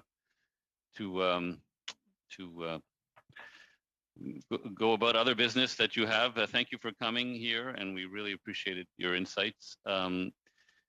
Shifke, if you could take your hand, the yellow hand down, it would make my life a bit easier. So we go to Mr. Longfield. Yeah, thanks, Mr. Chair. And I think in terms of process, where the clerk has done a good job of bringing the witnesses to us, has given us advance notice of who those witnesses would be.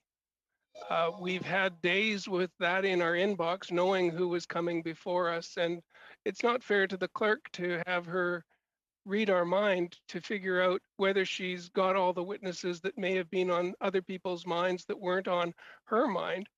I think the direction she's followed is to get the right department in here so that we could talk about the enforcement of CEPA.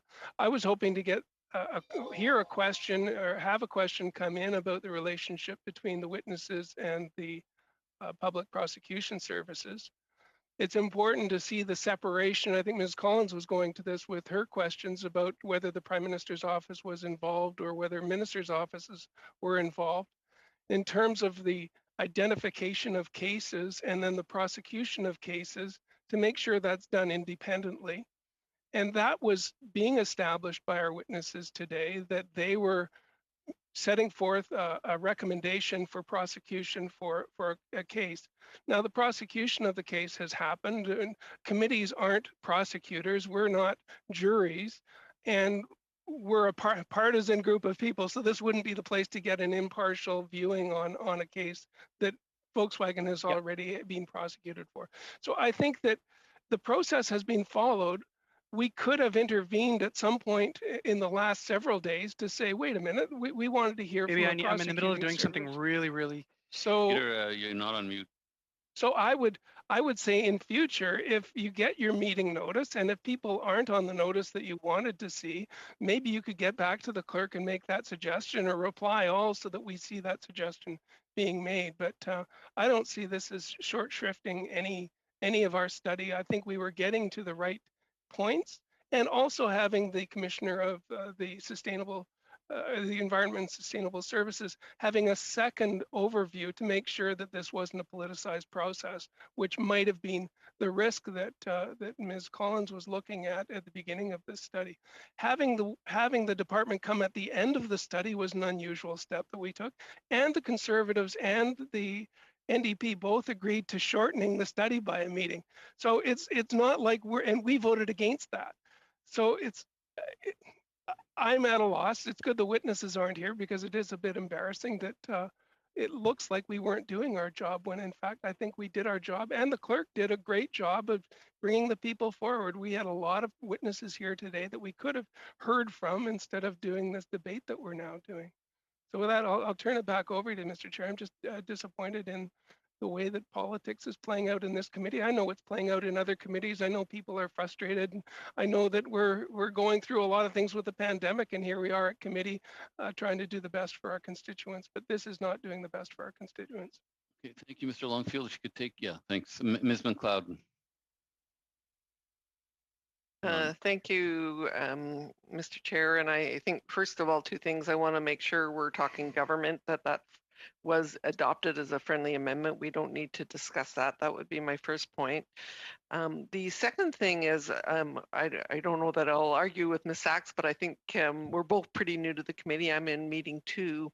My real understanding of this issue, of course, came from what I saw in the press, and the outstanding questions clearly that the public are looking at are, why did it take 4.5 years? Why were the charges different? Why was the money different?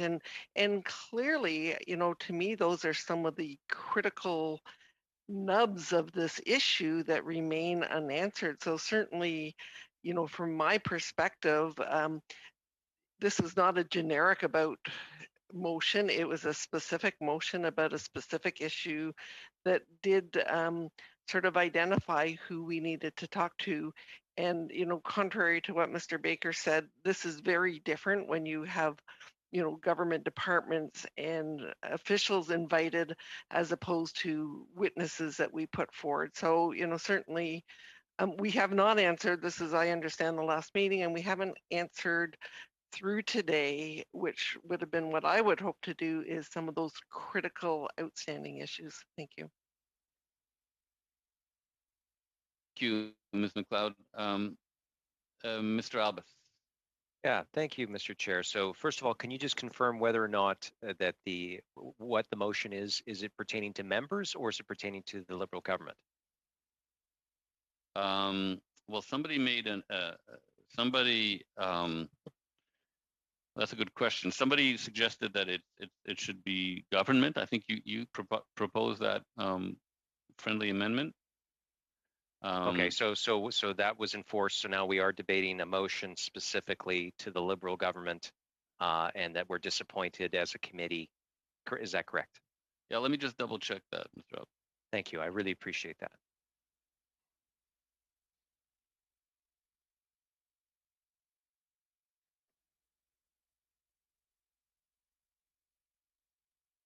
Yeah, it's government because Ms. Collins accepted your amendment. Perfect. As a friendly Okay, amendment. no, I really appreciate that, because this makes it very clear. Look, the motion itself talked about Volkswagen, and it talked about charging.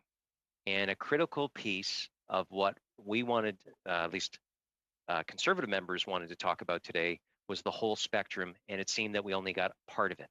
I think it's perfectly relevant for us as a committee to espouse frustration and disappointment, and then to have a vote on this. So I would simply point out that the government was in charge of sending which representatives it deemed relevant, and whether that was malicious by design, or it was just an oversight in terms of incompetence, or something in between, ambivalence. I don't know, Mr. Chair. But what I will say is that I was disappointed by not being able to get critical answers of, was the Public Prosecution Office, where they supplied with the proper resources so that they could confidently take on a company like Volkswagen and pursue successfully as what was done in the United States. So I will vote in favor of this motion, specifically because I do think we need to start sending this government a message to take this committee seriously. I'm sorry that some other members believe it's not in the interest of our constituents, that we should be doing other things. That's why I want this to be settled by a democratic vote, and then we'll decide where the committee goes. Thank you, Mr. Chair. Mr. Baker. Thanks very much, Chair. So I have a few points I need to make. I mean, first off, I was excited to be part of this committee when I was first elected over a year ago to protect the environment. And I thought that the folks who are here today, who were answering questions in a thoughtful way, and I think they play an important role in doing just that. And I'd like to believe that the other members who are here today from all parties are here for that same reason. I think so. And I think what happens sometimes, or I think has happened here, is that we've lost sight of that. I think that this is, that even if you don't think that witnesses have answers to all of the questions that you want or provide the answers that you would like to hear, then you take the opportunity that you have with the witnesses and then with the committee's time to be able to make the most of that time.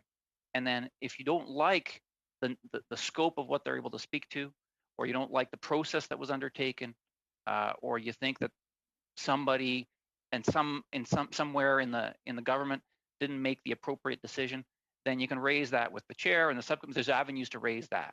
The avenue is not here. And so that's the first point. The second point, because we take time away from what we're here to do, which is here to actually learn and make recommendations to government to actually protect the environment, which is why I'm here. I didn't run for office to sit here and debate procedural motions that should be debated outside of committee time. And that's where that should have been done, number one. Number two is, I think that the idea that there's now a motion that we're all forced to debate, again, takes away time from what we're here to do, which is to understand how we can improve the enforcement of CEPA, which touches our lives, Canadians' lives, in many ways. And that's what Canadians would want us to be doing, or my constituents would want us to be doing. So that's secondarily problematic. Thirdly, I understand that the motion's been amended to say government, but I think at the end of the day, I think the fact that it was brought forward with Liberal members shows that there's a misunderstanding as to how this process works.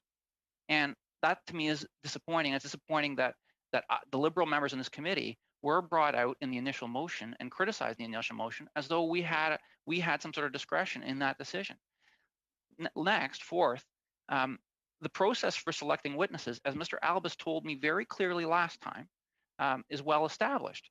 And last time, when I had a meaningful contribution to make, not partisan, not political, just somebody who could speak to something that we were studying in a way that other witnesses I thought wouldn't be able to or wouldn't be able to as well, I offered that.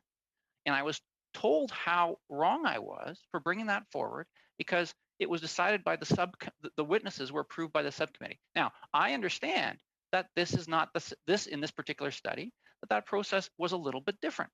But the point I'm making is the same one that Mr. Albus reminded me of last meeting, which is that the process for selecting witnesses is well established. And if we don't like the process, we don't jump in the middle of a working meeting where we're learning about how we can improve the enforcement of CEPA and how we can protect the environment to have a debate. And we certainly don't introduce motions that cast blame upon other members of the committee who have absolutely nothing to do with that process.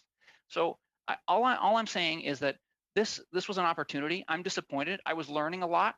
And I think that if we want to have procedural debates, let's have them. There's a subcommittee for that. There's a chair, there's a clerk. Let's have that discussion. But to have all the members of the committee on the record debating this when we could be on the record hearing from people who are really thoughtful and knowledgeable and affect our lives every day and protect our environment, I think is disappointing. That's why I came to this committee, and that's what I would hope we would be doing. And I hope, and what I would urge is that let's learn from this experience, and in future meetings, let's focus on the topic at hand. And I'm happy to have debates with Mr. Albus and Ms. Collins and with the chair and with anybody else who wants to about how we select witnesses and how we ensure that happens properly. The last point I'll make is that I think it is incumbent, as Mr. Albus reminded me of last meeting, it's incumbent upon the members of this committee, all the members of this committee, to make sure that the types of witnesses that they want brought forward are actually invited to speak. And so I hear what Mr. Albus is saying, that this is different than the last meeting and the last study. But what's not different is that the process is well established. All the members of the committee know what that process is, and all the members of the committee have an opportunity to present witnesses as suggestions. And in fact, what would have been a thoughtful thing to do, I certainly think I would have done if I was interested in the questions that some of the members wanted to raise about the prosecution of this particular case, would be to recommend or request through the process that is well established that the prosecutors be invited to this meeting and that they be heard from so that you can ask those questions. So the onus is also, as I was reminded last time by other members of the committee, the onus is on members of this committee to propose witnesses, or at the very least departments or categories of witnesses. But if you and to make sure that the right types of witnesses with the right type of expertise are brought forward. Thank you, Mr. Chair. Thank you, Ms. Collins.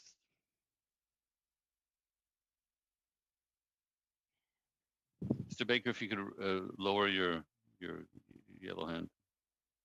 Ms. Collins. Thank you, Mr. Chair. Yeah, just maybe first to Mr. Schiffke's implication that my frustration or disappointment came after the questions. I think if he'll check the record, the first thing that I said in my remarks were that I was disappointed and frustrated. And I would say the Conservative members also started off their line of questioning and their comments with their frustration and disappointment at the fact that we heard immediately from these witnesses that none of them had direct experience.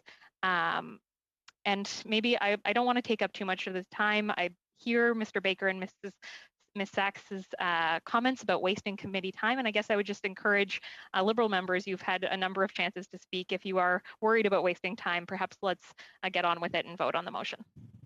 Mr. Saini. Ms. Collins, if you could lower your hand. Yes, thank you, Mr. Chair. I want to echo some of Mr. Baker's remarks, because one of the reasons that I joined this committee was I have a degree in chemistry and I have a degree in pharmacy. So the health aspect of the environment was very important to me, and reviewing CEPA and making sure that Canadians were protected from material that would have been released into the environment would have had a direct impact on people's health. So this is one of the reasons why I decided to join, including also combating climate change and making sure that we leave a better environment to the next generation. But, you know, having been involved in studies in the past, one thing I've done, and with my own studies, is to make sure that I propose a study, but also to look at the full value and the full context of the study, and to make sure that I try to bring information out that I think would be relevant. Now, we also get, you know, the list of the witnesses beforehand, so nobody's blind as to who the witness is going to be when the committee happens. So there was ample opportunity for all of us, and I'm not picking on one particular person, but there was ample opportunity for all of us if we read the notice of meeting, had a list of all the witnesses there prior to every meeting. So for me, if I'm proposing a study, obviously there's a personal interest, but I think there's also an interest for the country. And so I would want to get the broadest witnesses to make sure that my study was thoroughly studied from beginning to end, that we had all the information, and we made sure that we created a document or a report for Canadians that would be thorough in the context that they would be able to read the report, and they would get an opportunity to understand why the study was started or commenced, and what the purpose of the study was, and how is it going to affect me or my constituents. Obviously, with the CEPA review, that's going to have a broad effect on society as a whole.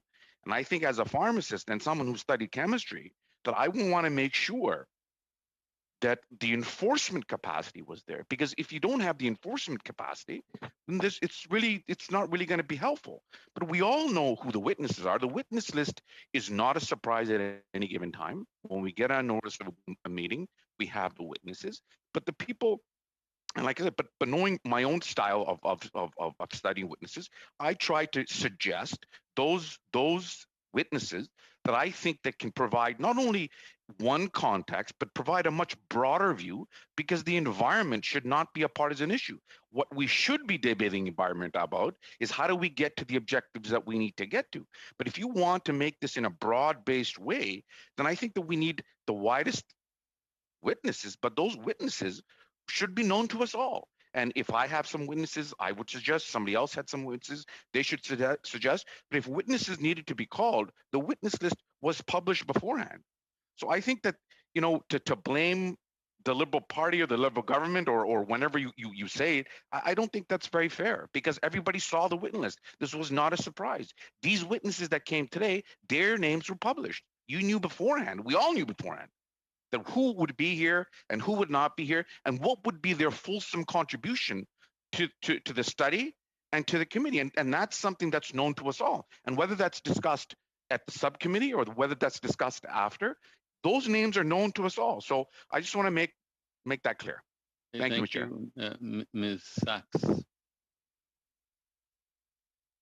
Thank you, Mr. Chair. I actually want to give my time over to Madame Posey. She did have her hand up, and with the time availed, I'd like to graciously allow her to take the floor because she has waited so patiently, and for the sake of the committee and it being a balanced debate.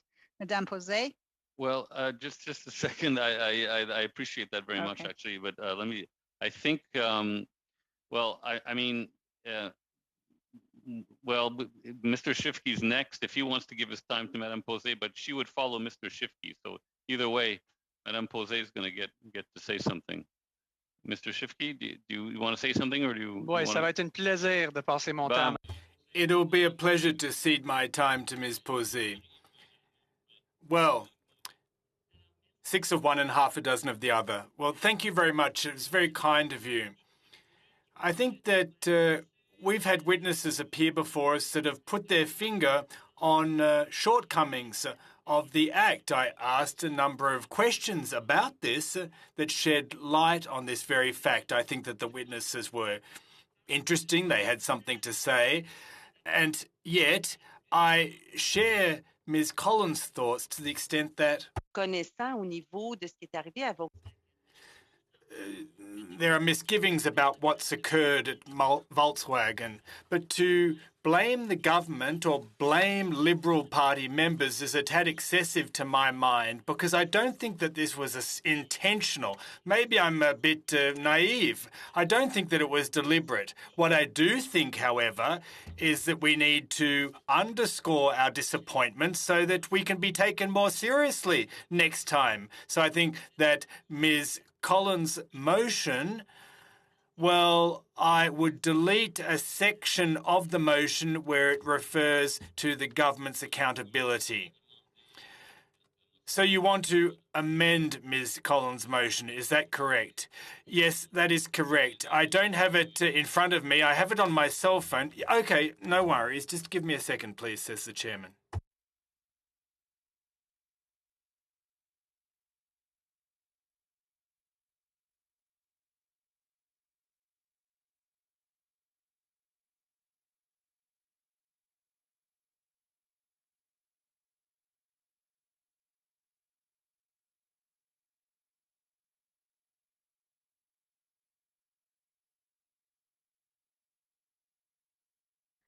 Point of order, Mr. Chair. Just in the please, just a moment, Ms. Collins, please. Okay.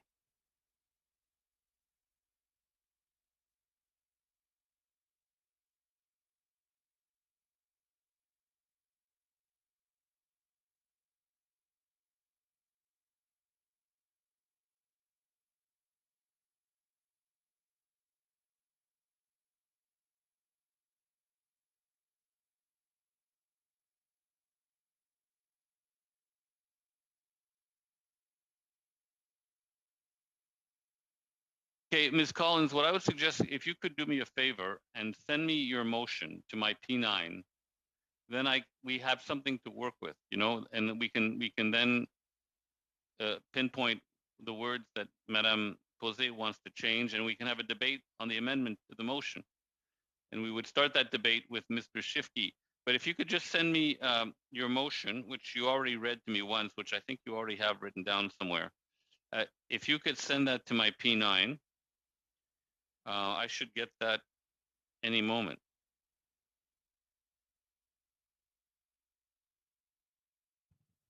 Mr. Chair, I am emailing it to your P9 right now. And I just would maybe suggest that maybe we amend it to what Madame Posey was suggesting, which is just that after the words, and you should have it in your inbox any moment. It hasn't arrived yet. It's, okay. But yeah, because you're on the West Coast, so it takes a little longer, I guess. Here it is. Here it is. Okay. So that the subcommittee report to the House that it is disappointed and frustrated with the Liberal members' decision. Well, we changed that to Liberal government, right? Liberal government decision. That's what Madame Posey wants to do. Liberal government decision to send witnesses that are not aligned with the motion on Volkswagen SEPA compliance agreed upon by the committee. So this would be a friendly amendment, I guess.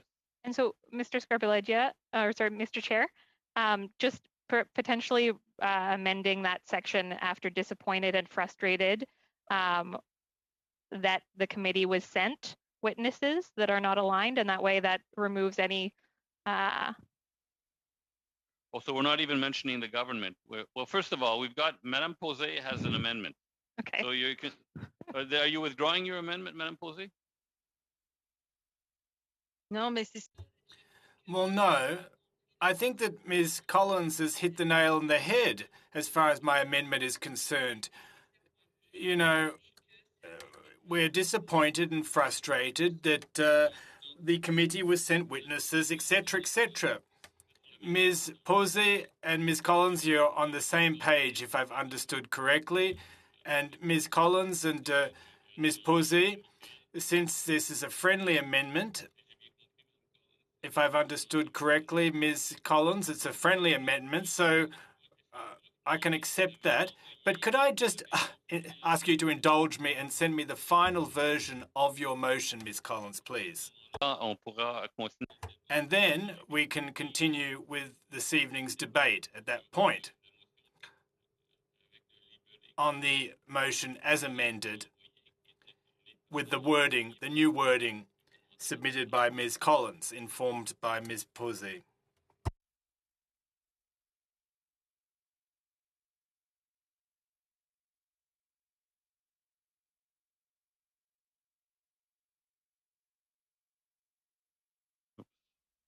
And point of order, we would be debating the amendment. There's no such thing as a friendly. Well, I'm not sure I like that amendment. Okay, just a moment, please. I don't think you like the original motion either. Well, no, I didn't. That's true. That's true. And I'm also looking at time, wondering whether we have resources to continue with this. I know there's other committee meetings that are happening tonight. We called time at 6:45, and we're well past that now. Well, let's just leave it to the chair and the clerk to decide on resources. I'm just reminding the chair. Okay, so this is what this is how I'm told that we proceed. I have Ms. Collins sent me the motion with the friendly amendment of Madame Posey. So it reads as follows: that the committee report to the House that it is disappointed and frustrated that the committee was sent witnesses that are not aligned with the motion on Volkswagen SEPA compliance. The motion, on Volkswagen SEPA compliance agreed upon by the committee, meaning the motion was agreed, the original, I guess the original motion agreed upon by the committee. So I have Mr. Schiffke. This is what we're debating. We're debating. But point of order, could you reread that motion? I would be happy to. That the committee report to the House that it is disappointed and frustrated that the committee was sent witnesses that are not aligned with the motion on Volkswagen SEPA compliance as agreed upon by the committee, I think.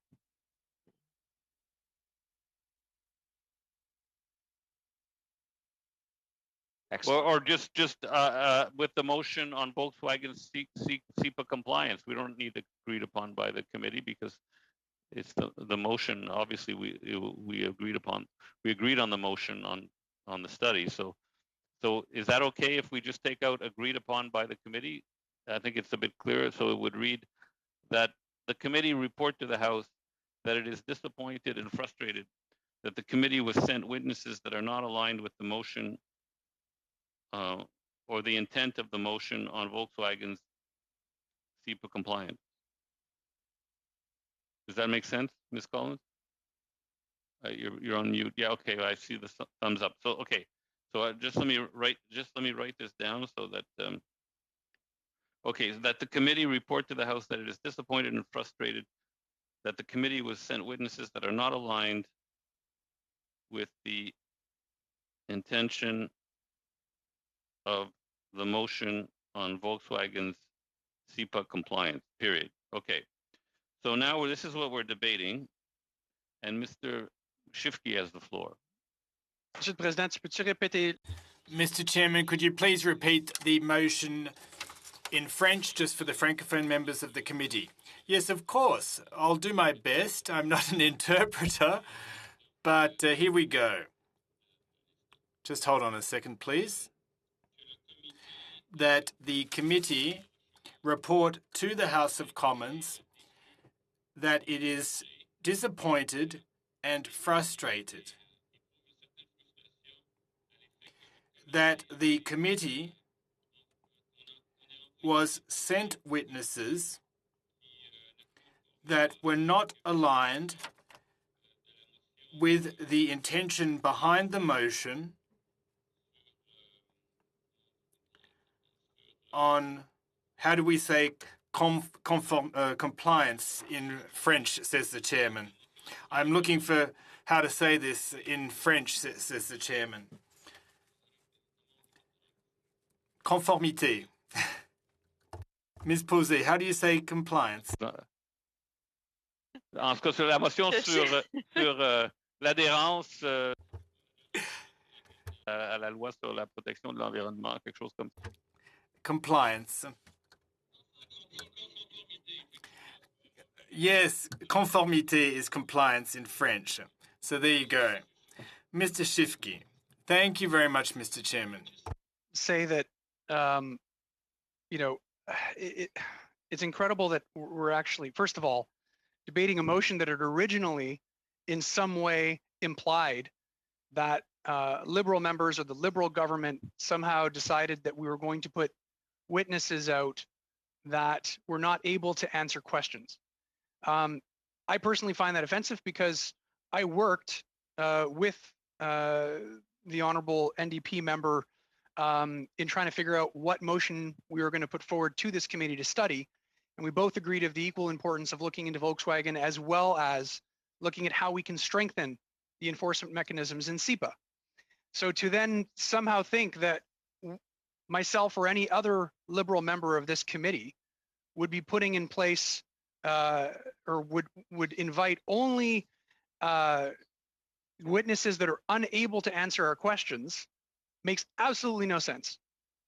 I am working diligently, as are many others, on looking at how we can strengthen SEPA, and what I want to do for the best interests of all Canadians is ensure that I get the best possible information available to me to be able to look into how best to do that. So I'm very happy, at least, that notre collègue du Bloc québécois, our colleague from the Bloc québécois, has said that there's no need to point fingers, that Liberal Party members deliberately acted in this manner, i.e. bringing witnesses that are unable, incapable of answering our questions. So I'd like to thank the member from the Bloc québécois for highlighting this fact. But since we've gotten here, I'd like to put forward another amendment for folks' consideration. And here it is. And that is that even were members of the committee able to verify ahead of time who would be present and in attendance, and were they able to say in advance that they took issue with the witnesses, because in their opinion they probably, in all likelihood, wouldn't be able to respond to questions, then we, in that case, and so on and so forth, tacking on the rest of Ms. Collins' motion. Having, as my honourable colleague Mr. Baker had said, having had the time to review who was actually going to be at this meeting as a witness, and having had a chance in advance to say, you know what, I don't think these people are going to be qualified to answer these questions, to then come to committee and say that, you know what, they right from the beginning, as Ms. Collins had pointed out, from the beginning she said so. So why wait until the meeting itself to have us waste an hour and a half of everybody's time, including the witnesses that came in, and then have, I would go so far as to say, the audacity to complain to the House of Commons that we did not get the witnesses that we deserve to be able to respond to the questions that we were going to ask. We all knew who these witnesses would be, number one, and if anybody had an issue with those, we had ample time in advance to put forward any kind of any kind of objection to it, but that wasn't done. And instead, we're not only wasting a considerable amount of this committee's time, which we all agree is incredibly limited given our time slot and the fact that votes always happen that push into our time, right? And that we've got incredibly important business to get to. But now we're going to go ahead and waste the time of the House of Commons. This is what we've come to. Now, I just want to say that from the beginning, I have been incredibly proud of the work that we've done on this committee. I feel that we have done a very good job of keeping politics on the outside of this committee and trying to do good by Canadians by ensuring that we work together to select the best possible motions, which I think have been really great motions so far, working together to try and make sure that whatever reports are sent back to the House of Commons are informative and allow us as elected representatives to make the best possible decisions. But tonight, I think, is a low point for the committee. And I think that politics has reared its ugly head. And I think that was evident with the implication by the NDP member that in some way, the Liberal members came forward and purposefully put people as witnesses who could not answer questions. That is simply unacceptable. And it's unfortunate that she decided to put that motion forward because it's insulting to all of us members on the government side that want to do the good work of Canadians in getting things done on this committee. But the motion has been put forward.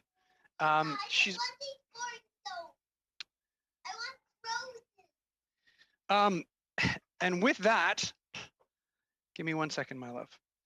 I'm going to move some amendment. The committee communicate to the government. Oh. And with that, I pass my time to whoever's next in line, Mr. Chair. Unfortunately, I have to deal with a family situation. You're not moving an amendment. So we'll go now to Ms. Sachs. Thank you, Mr. Chair. I'd just like to pick up from my colleague, Mr. Schiffke, in just expressing, if we're already expressing disappointment, as my colleague, Mr. Albus said earlier, if we're going to vent, then let's vent. You know, I really feel it's not just that it's disappointing in terms of how the committee has gotten to this point this evening, but you know, all of us have a responsibility in the witness lists that come forward in working together in determining who best to fit the study. And that's all been done. And that work was passed on to the clerk. And to even be having this debate is really insulting to the clerk and the work that's done here. The clerk was very forthcoming in the names that she provided in the work plan that we've all looked at. All the witness names were there. Everything was very transparent and open for all of us to consider ahead of time. And I don't include myself in that because I came late to this study, but all of you were here.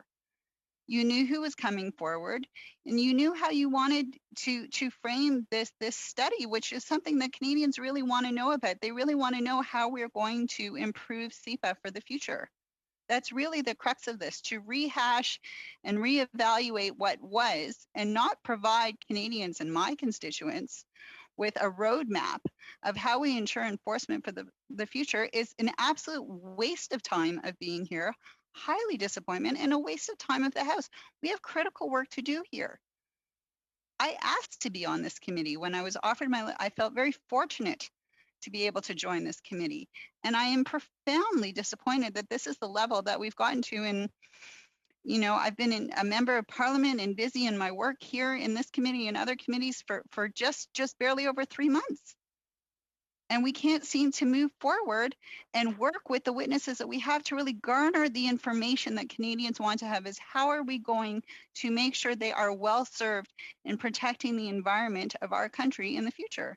And, you know, we're well past time.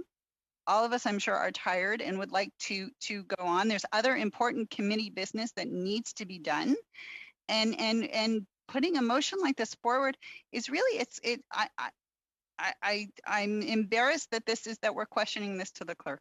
I'm profoundly disappointed. Just to let you know, there is a liaison committee meeting coming up.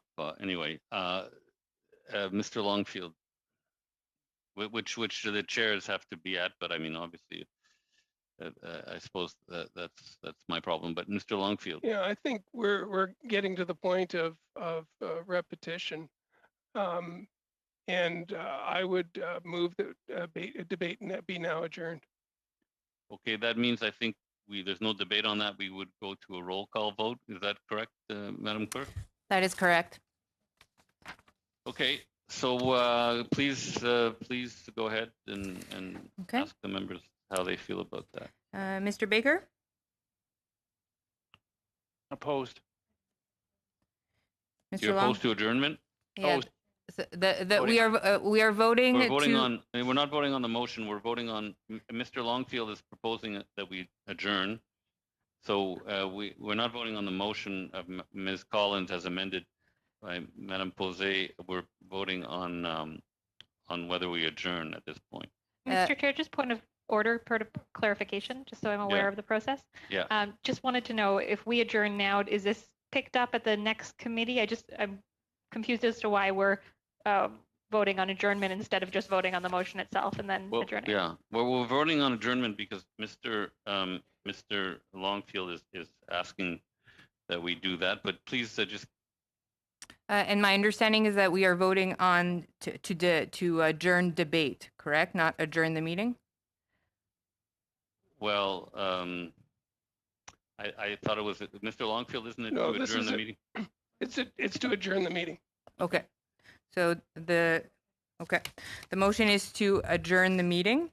Mr. Baker? Could you answer, Ms. Yes. Could you answer Ms. Collins' question? If we adjourn, do we pick this up later? Then we pick it up when a member moves it at a subsequent meeting. Okay. Does that answer your question, Ms. Collins? Mr. Chair? Yeah, just a second. Ms. Collins, does that answer your question? So just to be clear, so this is to adjourn debate and adjourn the meeting at the same time. We'd have to move the motion again and restart this whole thing rather than just vote on it right now. Apparently. Right. Okay. Mr. Okay. So there's no time. We have to go. Both been called, Mr. Albas. We have to vote. Yes, I know, and the member has voted, so I hope we can move on to the next member. Okay, good. Okay, so Mr. Baker's vote. Go ahead, Madam Clerk. Mr. Baker? So I vote yes in favor. Okay. He voted no before. Mr. Albas, I didn't understand what we were voting on. Yeah, that's true. Yeah. Okay. I myself wasn't sure, so I asked for clarification. Thank you. Mr. Longfield? Yes. Mr. Saini? Yes. Ms. Sachs? Yes. Mr. Shifke? Oui, Monsieur le Président. Yes, Mr. Chairman. Ms. McLeod? Ms. McLeod? No. Thank you. Mr. Generou? No. Mr. Redekop? No. Madame Posey? Je suis d'accord pour ajourner. I agree that we should adjourn.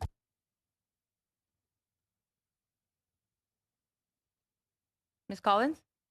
No. Okay. 6 yeas, 5 nays.